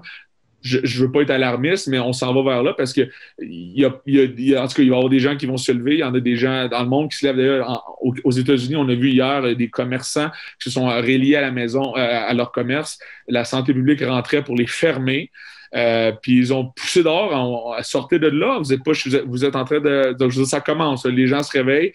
J'ai des commerçants qui disent... Je dis quoi, moi, à mes employés qui n'ont plus rien? Je vais leur dire, on est tous là ensemble, on est tous là ensemble. Regarde, je vais sortir, moi, j'ai comme adapté un peu parce que j'ai peut-être pas une assez bonne mémoire, puis tu sais, ça va répondre aussi à Max, ça va continuer ce que Dave disait. Winston Churchill, pendant la Deuxième Guerre mondiale, travaillait vraiment fort dans le fond, à attirer les Américains et à tenter que les Américains se joignent à la bataille. Et puis, il travaillait vraiment fort aussi à unir les différents alliés pour battre la tyrannie, tu sais, battre les Allemands. Puis Winston Churchill, c'est pas dans ces mots-là exactement, mais l'image, c'est ça. Imaginez-vous que vous êtes, on est une population complète dans une cage avec un lion. Le lion se sert, le lion mange une personne, il a l'estomac plein, il s'en va se coucher. Les autres bougent pas en espérant qu'ils se feront pas manger. Le lion se réveille, il va en chercher un autre, il le ramène dans l'autre coin, il mange, il s'endort, ainsi de suite. Le fait de rester inactif ne te protège pas. Toi aussi, tu vas te faire bouffer. C'est ce que je dirais aux préposés, aux bénéficiaires. Puis c'est ce que je dirais aussi aux policiers. C'est ce que je dirais aussi aux gens du barreau, parce que c'est pas vrai qu'ils sont tous soudoyés. Il y en a une partie seulement, sûrement des postes qui sont influents. Écoutez, attendez pas, laissez pas vos confrères. Ne restez pas inactifs en espérant que vous vous ferez pas bouffer. Si vous restez inactif, vous allez vous faire éliminer un à la fois, puis à un moment donné, vous ne serez plus assez nombreux pour vous défendre contre le lion. C'est ça qui va arriver. Si les concitoyens, les compatriotes font front commun et attaquent le lion, même si on va en perdre quelques-uns dans le combat, peu importe la manière, sur le sens figuré ou littéral que vous prenez ce que je viens de dire là, à la gang, on va venir à bout du lion. Le lion ne peut pas se défendre contre 200, 300 personnes qui sont avec lui dans la cage. Je ne sais pas si vous comprenez. C'est les préposés, les professionnels qui ont une intention de parler doivent le faire. C'est un devoir civil de le faire parce que c'est notre charte et notre constitution qui sont attaqués, littéralement. Il faut les inviter, ces gens-là, à s'unir. S'ils sont seuls, il faut inviter ces professionnels-là à s'unir à des groupes déjà établis, des groupes déjà solides, comme Appel à la liberté, Action citoyenne pacifique. C'est dans ce sens-là que j'abonderai avec eux autres, Max. En fait, juste pour revenir sur le 70%, il y a un sondage qui a été fait auprès des infirmières aux États-Unis, je pense en Californie, et c'est exactement le même pourcentage. 70% des infirmiers et des infirmières sont vraiment pas à l'aise avec le vaccin. Et il y a un article de Radio-Canada, et ça, j'étais surprise de voir ça, un article de Radio-Canada qui disait que 70 71 des Canadiens avaient des craintes face au vaccin. Donc, et là, quand tu lis les journaux, par contre, on donne l'impression que c'est vraiment une minorité de gens qui questionnent la vaccination, alors qu'on le voit bien là, avec ces statistiques-là, c'est une majorité de gens qui sont pas à l'aise avec ce vaccin-là. En France, ça vient de frapper 51% aussi. Et moi, qu'est-ce que je trouve encore plus un peu aberrant, c'est qu'on parle simplement du vaccin. On ne parle pas si on a vraiment besoin. Ça c'est pas des mots de moi, Dave le combattant, c'est des mots de professeur Perron en France qui dit c'est bien beau de parler du vaccin, mais il dit un vaccin, comme il y a le vaccin en Chine qui se développe présentement, je l'ai écouté hier d'ailleurs, là, puis ils vont dire c'est une vidéo YouTube. Ouais, c'est une vidéo YouTube d'un professeur d'une sommité dans le domaine qui dit que le vaccin présentement, c'est un vaccin thérapie génique, et il dit que ça n'a jamais été fait dans l'histoire humaine. Il y a jamais, on serait dans le fond des cobayes. Là. La race humaine serait des cobayes d'un vaccin comme ça. Si j'ai bien compris ce que j'ai lu hier, que j'ai entendu hier, on n'injectait pas le virus en tant que tel, on injecte un peu des agents modificateurs d'ADN dans le système. Puis, contrairement à un vaccin traditionnel qu'on on injecte une partie du vaccin. Encore là, je ne veux pas m'égarer le sujet trop longtemps, mais je veux dire, on a le droit d'avoir des questions par rapport à un vaccin comme ça. Est-ce qu'on a vraiment besoin d'un? Et la population semble l'accepter sans questionner. Je trouve ça dégueulasse. On parle les chiffres. Les chiffres là, ne sont pas derrière, ne prouvent pas le 70%, là, c'est à peu près la population. Moi, j'ai constaté, parce que j'étais représentant sur la route, puis je faisais le tour, j'avais des clients partout au Québec, puis je faisais le tour du Québec, puis en façade, oui, tout le monde respectait les mesures, puis il y avait peur du ticket, puis tu sais, c'était important qu'il reste ouvert, puis ainsi de suite. Là. Il y avait peur de la répression. Mais quand on parlait en background, c'était à peu près ça. 70% des gens ne croyaient pas à cette connerie-là. Puis le pourcentage se reflète aussi. C'est juste qu'à un moment donné, ils vont atteindre le point ultime où le peuple les croira plus pantoute. Puis là, c'est là que je pense que la guerre civile va starter un peu partout sur la planète. Là. Maxime, toi, tu vois ça comment, 2021? 2021, écoute, moi je suis positif pour 2021 parce que tu sais, je suis en contact avec toutes les organisations. Je sais que tous les dépôts de plainte commencent dès janvier. Nous-mêmes, nos mises en demeure vont toutes être déposées en janvier. Le 24 décembre qui vient de passer, Rome, en Italie, on statué que le décret est illégal. Puis là, présentement, mais les avocats du Québec sont en contact avec les avocats de la France, de tous les pays. Il y a une coalition d'avocats qui se crée en ce moment. Puis le gouvernement nous a sous-estimés parce que on n'a jamais voulu ouvrir les yeux sur un problème parce que ça ne venait pas nous toucher. Mais là, ils nous ont mis tous dans la même marde. Puis le fait. Je suis pas avocat. Dave, il n'y a pas d'avocat ici, mais il a fallu qu'on commence à s'instruire sur nos droits. Puis on s'est entraînés entre nous autres pour s'informer. Mais là, l'échange d'informations de qu'est-ce qui était caché sur les chartes, sur les droits, puis tout ça, ben là, tout le monde les connaît. Puis on est capable de rivaliser avec un gouvernement en connaissant. C'est la connaissance qui fait notre force. Oui. Là, malheureusement, mais c'était des ministres, c'était des avocats qui connaissaient ces bases-là. Puis oui, effectivement, en 2021, monsieur, madame, tout le monde va avoir une meilleure connaissance du droit et de l'économie de qu'est-ce qui se passe. C'est là que ça arrive.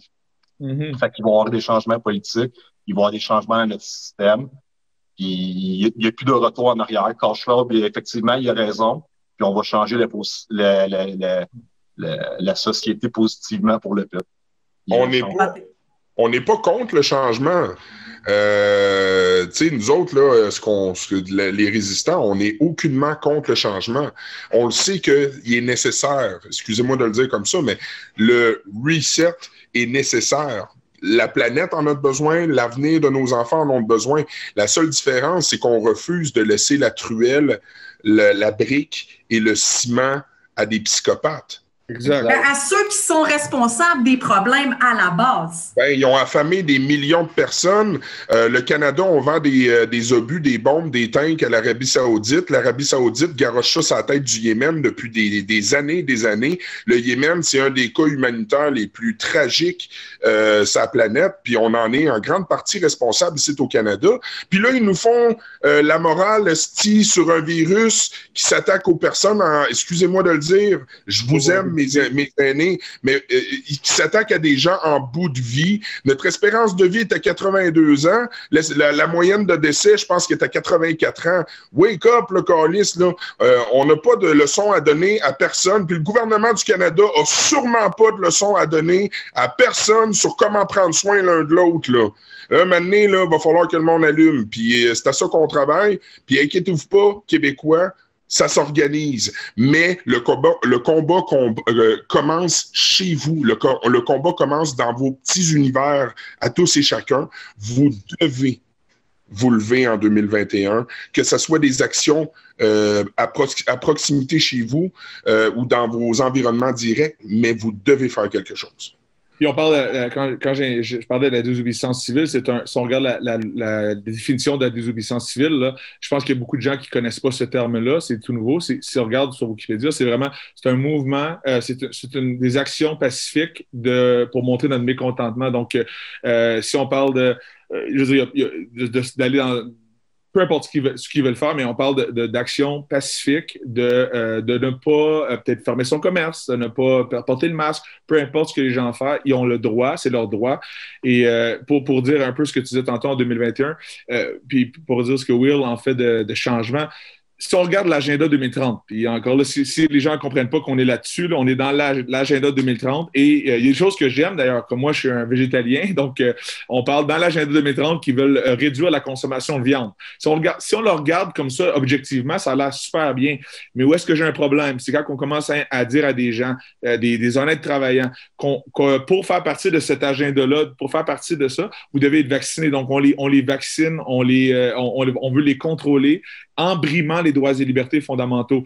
Ça, j'ai un problème avec ça. Et tout le monde devrait avoir un problème avec ça, que ce soit des gens qui ont perdu des gens au COVID, que ce soit des gens qui n'ont pas perdu personne, peu importe.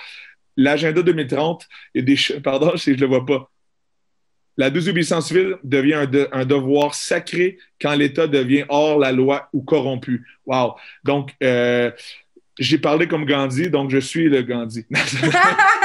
T'es notre Gandhi. T'es notre Gandhi. Non, mais je veux dire, je vais juste le résumer. Donc, il faut comprendre que l'agenda 2030, elle semble bien, mais elle doit être faite selon les droits fondamentaux de la Terre. Et comme Carl Schwab le dit, ça me fait peur. Parce qu'au bout de la ligne, il est à la tête de ce mouvement-là. Oui, absolument. Il dit très clairement que les gens vont accepter, quand ils seront présentés à des choses de vie ou de mort, ils vont devoir accepter des changements dans leurs droits et libertés. Dans le fond, ils nous amènent au-dessus de la falaise. Oui. Faites-moi une image. Ils nous tiennent par la gorge au-dessus de la falaise, là, puis ils disent, écoute, là, t'acceptes-tu de laisser le pouvoir absolu à la même gang de psychopathes qui ont affamé toute la planète pendant des années? Sinon, je te lâche. Exact. C'est ça que c'est. Mais c'est carrément ça. Ils le disent clairement. Là. Si tu vas sur le site du Forum économique mondial, c'est clairement écrit sur leur site Strategic Intelligence.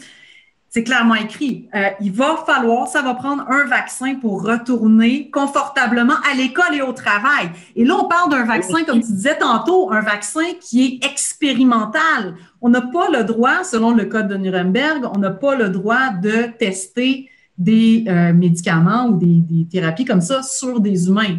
Ils l'ont fait, hein, Julie, dans le passé, Bill Gates le fait d'ailleurs en Inde, puis il a stérilisé une panoplie de jeunes dames. Donc, je veux dire, c'est tout à fait logique d'avoir des réserves. Là.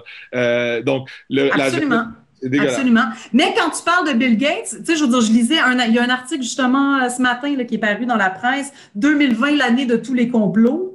Là, tu te dis, OK, il parle des gens, il parle à des personnes qui connaissent des gens qui sont devenus, selon eux, complotistes, mais jamais ils vont au fond des choses. Jamais ils vont demander à... Toi, as-tu eu des demandes d'entrevue, Dave, depuis... Mais moi, je les ai boycottés. J'en ai eu quelques-uns. OK. Le Devoir, choses comme ça. Radio-Canada sont venus, je leur ai donné OK. une chance, faire un podcast. Mais OK. comme tu dis, c'est ça. C'est le terme complotiste, là, ces gens-là, c'est pas des gens qui croient la Terre est plate. Là. C'est des gens qui ont un sens critique. Je veux dire, c'est pas des Absolument, complotistes. absolument, absolument. Mais c'est ça, mais comme tu dis, ils mettent tout ça dans le même paquet. Exact. Plate, puis anti-vaccin, c'est toute la même chose. Ouais. Alors qu'on a, on a de Au choix. très bonnes raisons. On a de très bonnes raisons d'avoir des doutes. Je ne suis pas anti-vaccin à la base, là. Je ne suis pas connaissant là-dedans. Moi, je suis juste pro-choix. Donc, Ouais. j'ai le droit, c'est juste ça. Fait qu'ils mettent les pro-choix. Au bout de la ligne, on est tous des gens qui étaient à la manifestation le 20 décembre dernier. C'est des gens pro-choix. On peut-tu vivre notre vie? On a-tu droit, selon le droit des chartes des libertés, de gagner notre vie librement, de se rassembler pacifiquement et tu sais, on a le droit de la liberté d'expression. Ces trois choses-là, présentement, sont bafouées. Je veux dire, mais là, si on ose, on est des complotistes. Je veux dire, non, on veut des gens, on veut vivre notre vie normalement, surtout pour un virus qui tue pratiquement personne dans Pour choisir la nouvelle normalité. Tu sais, si on peut pas revenir en arrière, puis j'ai pas vraiment envie non plus de revenir en arrière, à voir avec qui qu'on faisait affaire depuis des années et des années. C'est juste que je veux que l'avenir soit construit par des gens de cœur, par des gens d'esprit, par des gens qui ont à cœur la société, l'avenir de nos enfants. Tu sais, c'est ça que je veux. C'est ces personnes-là que je veux qui construisent l'avenir. Pas Steve Big Pharma, puis me dire je sais pas trop quoi avec ses semences, puis son engrais, puis chimique, puis ses affaires. Là. C'est nous autres qu'il faut qu'ils le construisent. Mais pour le construire, il faut les tasser, les crétins. C'est ça on va faire. Là. Il nous reste 1 minute 20. Maxime, avais-tu quelque chose à ajouter à tout ça? Non, je pense qu'on va réussir, mais il faut vraiment s'unir. C'est l'unification qui va donner notre victoire. L'union absolue. Ben, moi, d'après ce que je vois d'après ce que j'ai vu dans les dernières semaines, moi, je trouve que c'est super encourageant parce que j'ai l'impression qu'on grossit. Le mouvement prend de l'ampleur et quand tu dis, tout ce qu'on entend à propos du mouvement, c'est des complotistes, c'est des ci, c'est des ça, ce ne sont que des insultes. Moi, je me dis, on a déjà gagné parce que ils n'ont pas d'argument. Moi, pourquoi que je me dis qu'on est du bon côté de la force et qu'on est les gentils, là, c'est que moi, je passe pas mon temps sur Facebook à aller écœurer des gens, à aller les dénigrer, les traiter de moutons, quoi que ce soit. Contrairement, qu'est-ce qu'ils font les autres? Les médias qui nous traitent de complotistes, ils font sans arrêt des articles pour nous salir. Mais on s'amuse pas à faire des articles pour salir les gens, tu sais. Puis j'ai donné l'exemple ce dimanche à la manifestation à une madame. Tu sais, moi, là, sur mon Facebook, sûrement vous avez la même chose, là. Bon, oui, il y a plein de monde qui sont vos adeptes, qui viennent vous donner de l'appui, mais vous avez du hate aussi. Moi, là, quand je me promène sur Facebook, là, c'est l'exemple que j'ai donné à la madame, là, si je vois quelqu'un que je trouve pas beau physiquement, là, ben, je likerai pas, puis je ferai pas de cœur, puis je vais passer. Mais est-ce que je vais aller écrire sur son statut, « Hey, t'es vraiment laide, Chris, je trouve toi une vie, habille-toi. » Non, j'ai pas besoin d'insulter les gens. Ça fait pas partie de la nature humaine. On fait juste défiler. À partir du moment que les gens sont mal intentionnés puis qu'ils ont besoin de donner leur jugement, mais pour détruire les gens, c'est mal ce que tu fais. T'as pas la bonne solution. T'es pas du bon côté de la culture. Fait que, tu sais, j'en arrive tout le temps à cette conclusion-là. Je me promène pas sur Facebook pour me commencer à envoyer chier des gens puis dire des stupidités. Si ça fait pas je suis pas d'accord avec ça, je dis rien, tout simplement. Je continue à essayer de faire les bonnes actions. Puis on est puni. On essaie de faire les bonnes actions sans arrêt. Puis il y a encore du monde. Tu sais, tu vas donner un 20$ à un itinérant, puis là, le monde va dire « Ouais, t'as fait ça juste pour avoir des likes sur Facebook. T'es un mange-merde, on sait que tu veux de l'argent. » Tu sais, là, arrêtez d'essayer de détruire les gens. C'est ça que Facebook, maintenant, là, c'est la guerre de « J'essaie de détruire l'autre. » C'est rendu tellement. Mais en fait, c'est les médias, selon moi, qui sont responsables du discours des citoyens parce que c'est eux qui doivent donner l'exemple. C'est quoi? Comment on dialogue? Mais il n'y a pas de dialogue. C'est d'un côté, on a le discours gouvernemental, si on veut, ou le discours des autorités, et de l'autre côté, on a les soi-disant complotistes. Et justement, Julie, je pense que tu es bien placé pour témoigner de ça, ayant vécu 5 ans en Chine, par rapport à faire la comparaison. Puis, tu sais, malgré le fait que tu étais là, présente, sur place, physiquement, tu sais, tu vas pouvoir nous expliquer vite fait en conclusion un peu ce que tu as vu, ce que tu as vécu. Puis, il y a des gens qui vont encore... qui vont se cacher de même, qui vont se cacher comme ça, qui vont se cacher comme ça, malgré le fait que Chris, t'étais là. Ouais, ben, je me suis fait dire par un ancien collègue de travail que je mentais par rapport à ce que j'ai vécu en Chine. Donc, juste pour expliquer aux gens, moi, j'étais là tout le long de la pandémie. Je suis revenue au mois d'août. Quand ça a commencé, ça a commencé quand même assez tranquillement. Moi, j'avais des doutes parce que je travaillais dans les médias indépendants dans le temps de la pandémie, la fausse pandémie H1N1 en 2009. Et tout de suite, je me suis dit, ils veulent essayer de nous passer un autre H1N1. Moi, c'était ça ma première réaction.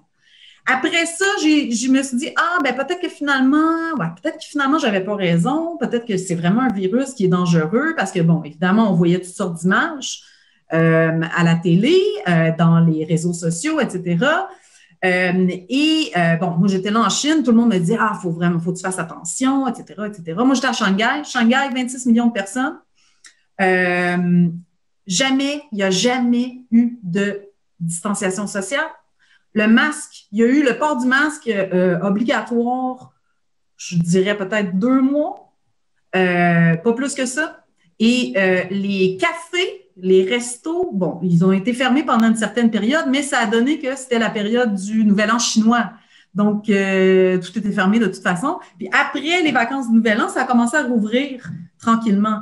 Mais moi, tout le long de la pandémie, j'ai été capable d'aller dans des cafés, dans des restos avec mes amis, se faire des câlins et tout, aucun problème, aucune distanciation. Lavage excessif de mains, nulle part. Il y a, je pense, 2 ou 3 endroits où on m'a demandé de me laver les mains de janvier à août.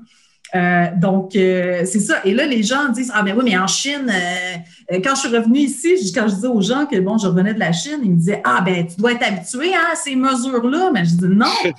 Au Québec, là, c'est vraiment pire qu'une dictature communiste, là. Les règles, les mesures sanitaires sont pires que dans une dictature communiste. C'est quelque chose quand même, là.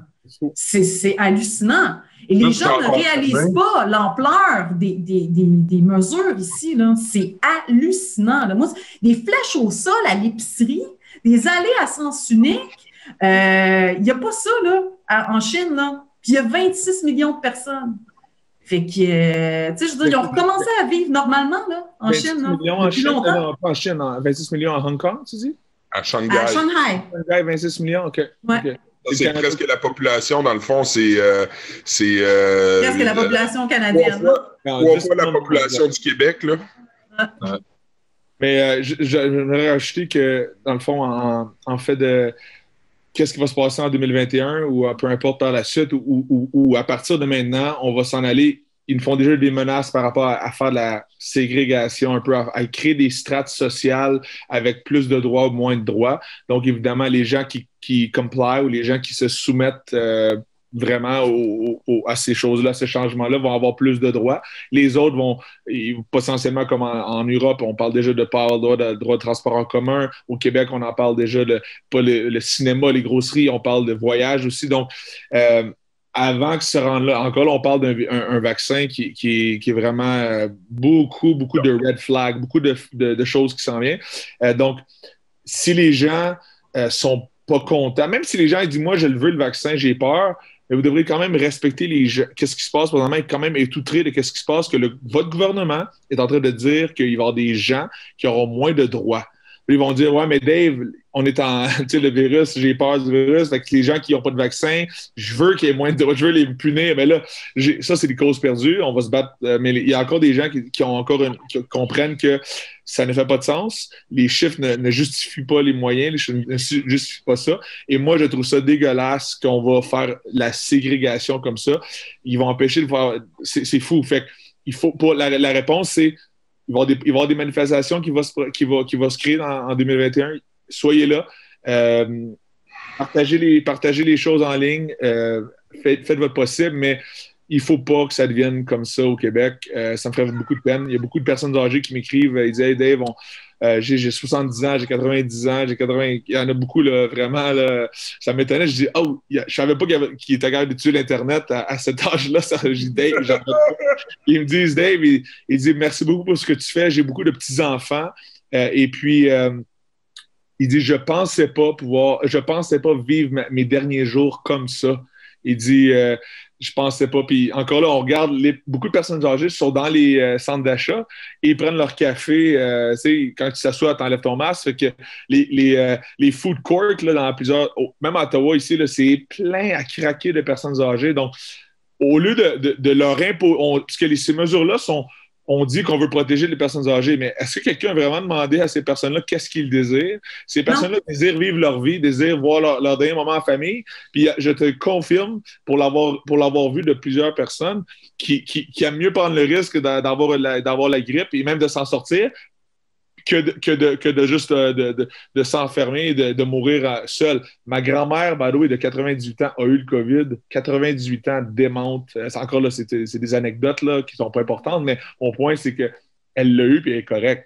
Je veux dire, mais par contre, mon grand-père, qui lui, l'a jamais eu, 80 ans, est en train de mourir seul, enfermé dans sa chambre, la lumière fermée à 5h30. Avant, il se couchait tard, il nous appelait, il parlait. Là, le moral, ils sont en train de tuer les gens psychologiquement.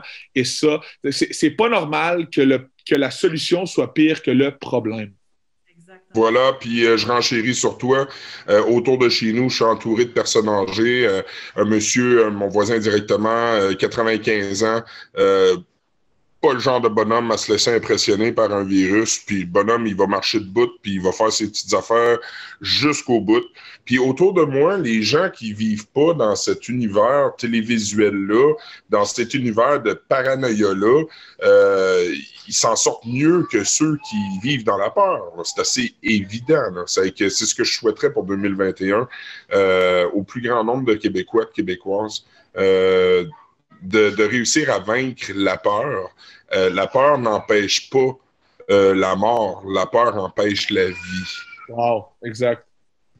Absolument. Puis moi, je rajouterais arrêtez de faire confiance aux médias dominants.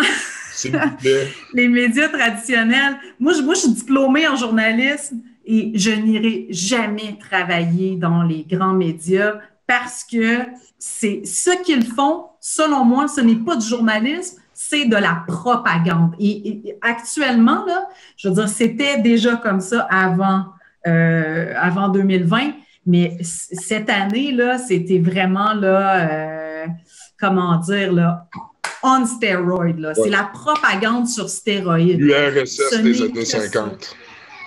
Comment? L'URSS des années 50. Oui, ben en fait, moi j'appelle le Québec QRSS maintenant parce que c'est vraiment, pour moi, c'est ça. Là. Je veux dire, j'avais plus de liberté dans une dictature communiste. Écoute, moi, on avait le droit de se rassembler là, en Chine. Ici, on n'a pas le droit. J'aimerais rajouter quelque chose par rapport à ce que tu dis, parce qu'il y a des gens qui, encore là, qui ne le voient pas, ça, ils pensent que vraiment c'est comme une joke de dire être communiste, parce que vous ne savez pas c'est quoi. Ben oui, elle sait c'est quoi, Julie, elle a vécu là. Moi, j'en ai vu aussi, mais il y a encore, peut-être ça peut sonner des cloches, là. Regardez ça. Donc, le leader de l'OMS, donc, si les gens qui ne le savent pas encore, le Québec, d'ailleurs, parmi tous les d'autres pays dans le monde aussi, écoute les mémos de l'OMS. Donc, on écoute les directives de l'OMS. Et s'ils ne savaient pas, dans le fond, Tedros, qui est le leader de l'OMS présentement, qui est un Éthiopien, si je ne me trompe pas, lui, dans le fond, c'est une marionnette pour le Chinese Communist Party. Il est devenu, puis ça, c'est impressionnant, il est devenu, dans le temps, il était le leader du Tigray People's Liberation Party, le TPLF. Mais en 1985, le TPLF s'est joint au Marxist-Léniniste League of Tigray, le MLLT. Et ils sont fusionnés ensemble. Fait que le MMLT, by the way, donc Tedros était impliqué avec ce groupe-là par association. Ce MLLT-là figure encore dans la donnée globale de terrorisme mondial. Donc, lui, il y a vraiment des ties, on va dire, des relations là, avec des gens qui sont impliqués dans le communisme. Là. Donc, c'est épeurant, là, parce qu'oubliez pas, le Canada écoute un organisme plus politique que scientifique, mais on écoute cet organisme-là qui est non élu. Exactement. Puis souvent, quand on parle de Bill Gates, comme tu en parlais dans une des vidéos, moi j'ai écrit des textes sur Bill Gates. C'est hallucinant, justement, dans l'article du Soleil ce matin où il parle des théories du complot, 2020, l'année de tous les complots. Ils vont parler de Bill Gates, mais jamais qu'ils vont donner des faits sur Bill Gates qui justifient le fait que les gens critiquent Bill Gates. On va dire, ah ben oui, on critique Bill Gates, etc. Ouais, mais on a raison de critiquer Bill Gates. Bill Gates, c'est lui qui finance l'OMS. Oui. Plus que n'importe quel autre, là, parce que plus que n'importe quel pays, hein, Julie? Plus que n'importe quel pays. Le Bill and Melinda Gates Foundation donne 12% annuellement sur 100%. Là, à l'OMS, Bill donne 12%. Le Canada, je pense, aux dernières figures que j'ai vues, donnait environ 1% annuellement. Les États-Unis, 1% aussi. Donc, le Canada, des pays vraiment puissants mondialement, donne moins d'argent que le Bill Gates. Donc, techniquement, indirectement, on écoute on écoute Bill Gates. C'est l'agenda de Bill Gates, exactement. Et Bill Gates, par sa fondation et par Gavi, qui est une fondation, un organisme que lui a financé et qui l'a fondé aussi, avec ces deux organisations-là, c'est lui qui est le premier financier de l'OMS. Donc, et là, les gens disent, ah ben oui, mais ça n'a aucune influence sur les décisions. Désolé, mais même des gens de l'OMS ont déjà critiqué Bill Gates parce que l'agenda de l'OMS est devenu l'agenda de Bill Gates. Il y a un agenda chinois aussi, parce que dans les premiers donateurs, en seconde place, je crois que c'est le gouvernement chinois. Et, je suis pas sûre. Faudrait revérifier. Moi, j'avais vérifié ça, puis j'étais comme, les Chinois, finalement, sont pas si hauts que ça dans les chiffres. Il faudrait vérifier aussi, parce qu'il me semble que Donald Trump a sorti les États-Unis, justement, de la liste des donateurs. Au courant de l'année. Mais en le sortant, à ce moment-là, je pense que c'est l'année dernière, ça plaçait le Royaume-Uni en première place. Ensuite, il y avait Bill Gates, la Fondation Gates. Et si je me rappelle bien, Gavi n'était pas très loin derrière. Mais si Gavi, c'est la Bill and Melinda Gates Foundation, tu mets ces deux-là ensemble. Je l'ai ici. Là, on va parler des vrais chiffres. Là, je l'ai ici devant moi. Avec, vas-y. Bougez pas. Continue de parler, je vais vous le trouver. Là. C'est bon. Donc c'est ça. On a raison de fesser sur Bill Gates. On a raison de douter de l'agenda de Bill Gates. Mais jamais dans les médias, ils ont fait un travail journalistique, là.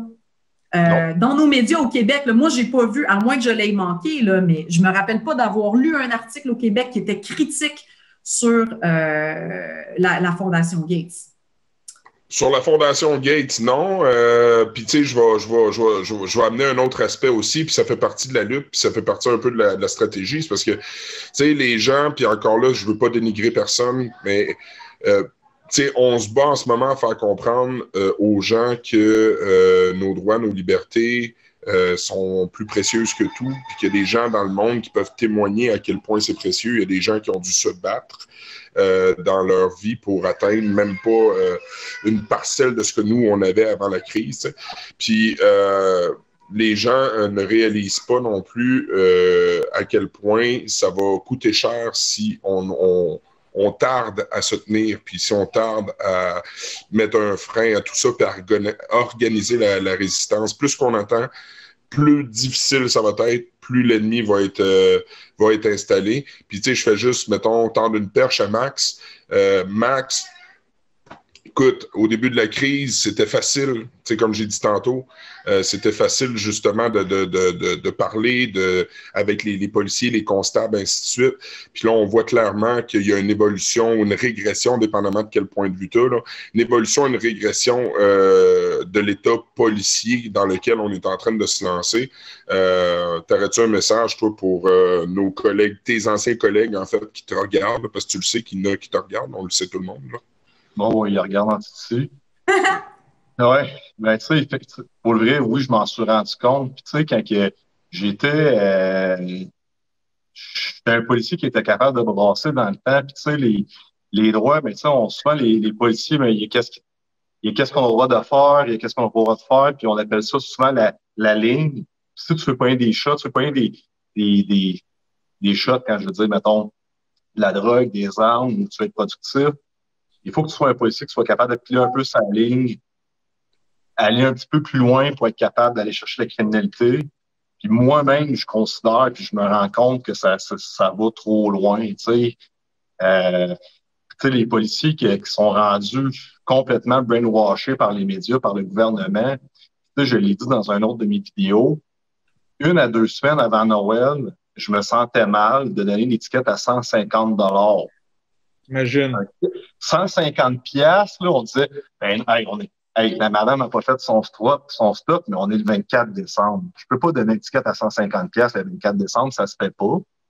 Mais là, il y a des policiers qui donnent l'étiquette. C'est 6 000 piastres si tu reçois de la famille chez vous, puis 1 500 piastres par personne. En 2019, moi et mon partenaire, puis plein d'autres polices, on n'était pas game. On faisait comme, c'est Noël, on va être gentil, 150 $, on y sauve ça.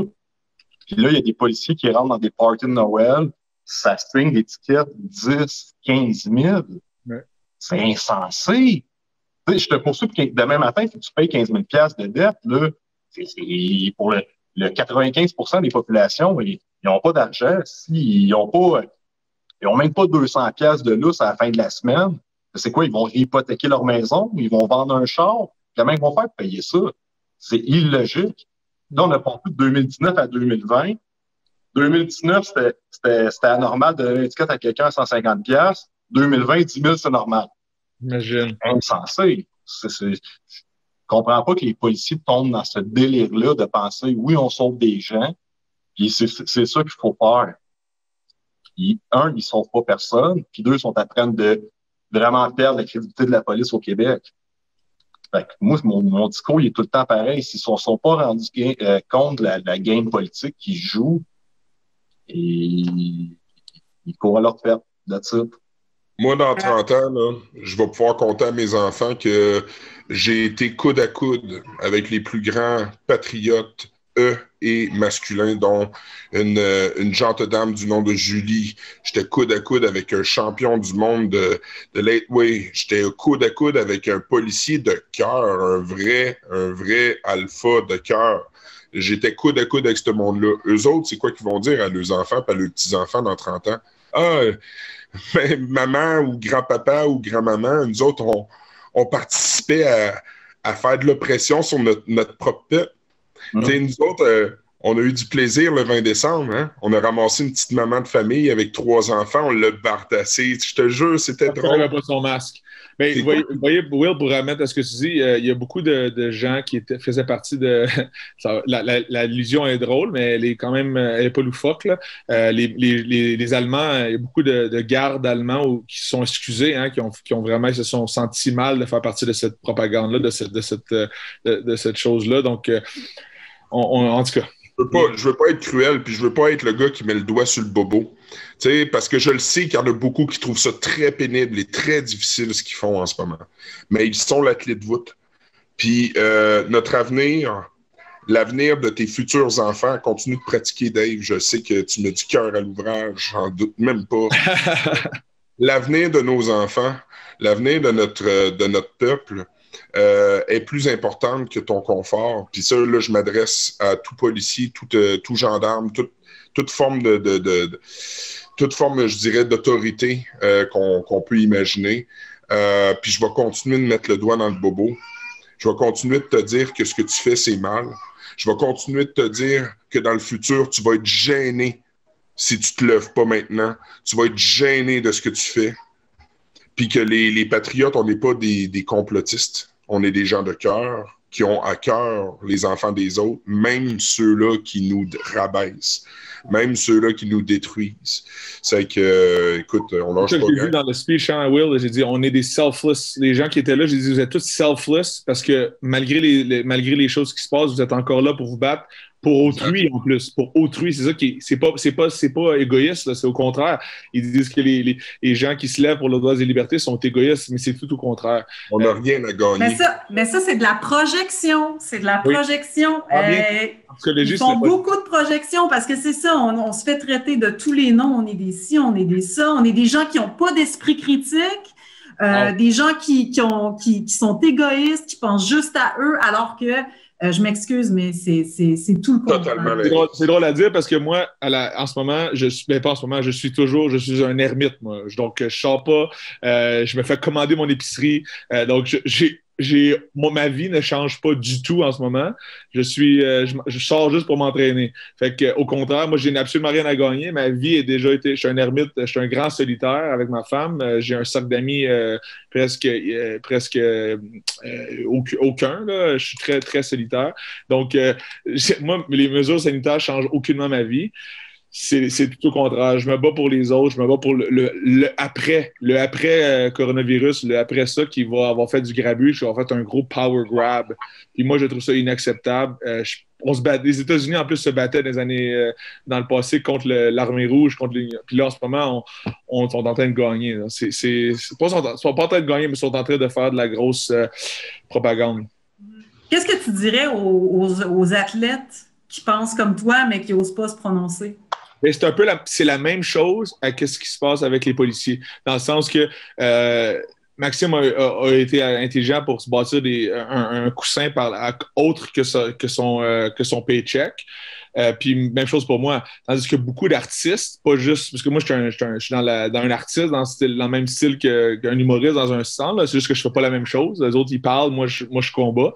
Mais mon point c'est que ils sont tous dépendants. Moi, je pense comme j'ai dit dans mon speech, c'est pas de ma faute s'ils n'ont pas bien géré leur argent. C'est pas de ma faute s'ils se doivent de percevoir des chèques pour vivre. Donc, un peu, c'est pour ça que je les appelle des vendus, parce qu'ils ont vendu leur likeness, comme on appelle, ils ont vendu leur apparence ou leur brand au départ d'un chèque sans vraiment fouiller c'est quoi qu'ils endossent. Et moi, j'appelle ça vendre. C'est vraiment, regarde, j'ai tellement besoin d'un chèque que je vais faire votre publicité, je vais faire votre vidéo payée par le gouvernement du Québec parce que j'ai pas le choix dans le sens, parce que là, qu'est-ce que je vais faire pour mes revenus? Fait que moi, je leur dis, ben, comme je dis, s'ils sont patriotes, ben, trouvez-vous un autre moyen, trouvez-vous un moyen de faire l'argent. Et encore là, si on s'unit tous ensemble, on va pouvoir tous se tenir puis s'aider. Mais faut pas céder à puis, en tout cas, l'appât du gain a toujours. Mais c'est pour ça que ça a toujours été. C'est pour ça que ça a toujours. C'est pas les premiers à être vendus. Hein, les artistes québécois, c'est pas les premiers à être vendus. Là. On parle des politiciens dans le temps, les docteurs dans le temps aussi, même encore de nos jours. Les gens, l'être humain est très facilement achetable. Puis moi, je suis pas achetable. Comme M. Perron l'a dit, Dr. Perron a dit, je suis pas achetable. Fait que c'est impossible de m'acheter, c'est impossible de me museler. Et puis j'en ai parlé hier au jour, juste me vider le cœur avec vous, guys. Parce que avec la présence que j'ai en ligne, avec le nombre de followers que j'ai, tout ça, j'aurais été le meilleur chum à Legault. J'aurais été le meilleur parce qu'ils ont donné, je pense, 30 000 $ à 2 jeunes humoristes chaque pour faire une conférence de presse. Parce que, tu sais, mais je veux dire, avoir Dave qui aurait été pour ça, puis pas de sens critique, puis je veux dire, j'ai besoin d'en parler, j'ai besoin de faire des chèques, ben il m'aurait pris, là, hey, on va le prendre, là, puis on va faire sûr que les gens l'écoutent, parce que c'est un combattant, puis il y a un gros following. Mais là, je vous le garantis, là, j'aurais eu des appels, j'aurais eu des contrats, hey, veux-tu faire une publicité pour Noël, comme ça aurait été facile, ça aurait été, Dieu merci, on a un gars comme lui pour nous aider à faire notre propagande. Mais c'est pas le cas. Puis, mais c'est juste pour dire, puis là, quand je vois des gars qui ont des athlètes qui mettent des masques, puis je veux dire, c'est aberrant. Puis j'ai fait un tweet hier, j'ai dit ne faites jamais confiance à quelqu'un qui met un masque sur sa photo de profil. Ça, c'est never trust somebody that does that. Je m'en fous s'ils le mettent dans leur vie tous les jours, parce que même moi, je suis allé donner des cadeaux aux enfants. Fait que j'ai fallu que je rentre dans le Toys R Us. C'est soit ça ou les enfants n'avaient pas de cadeaux. Fait que je n'ai mis un pour aller dans le Toys R Us, mais quand tu t'acceptes tellement ou tu es tellement en accord puis tu es tellement biaisé que tu le mets dans ta photo de profil pour influencer les gens à en mettre un, là, il y a des limites, là. Oui, absolument. Bon, avais-tu quelque chose à rajouter, Maxime? Mot de la fin? Oui, ben rapidement, juste pour surenchérir qu'est-ce que Dave disait, là, tu sais, mon partner, pendant la première lockdown, il disait, ouais, mais il faut se contenter chanceux. Nous autres, on a encore un travail puis une paye. Fait que, tu sais, là, c'est l'attitude des Québécois. C'est altruiste, c'est penser à son petit nombril. 90% des gens sont en train de faire faillite, sont dans le caca. Ouais, mais nous autres, il faut se contenter chanceux. On a encore une paye. Ben, ils Fait que sont c'est dans pas le cage avec le lion, eux autres aussi. les policiers, les ambulanciers, les infirmières, les médecins.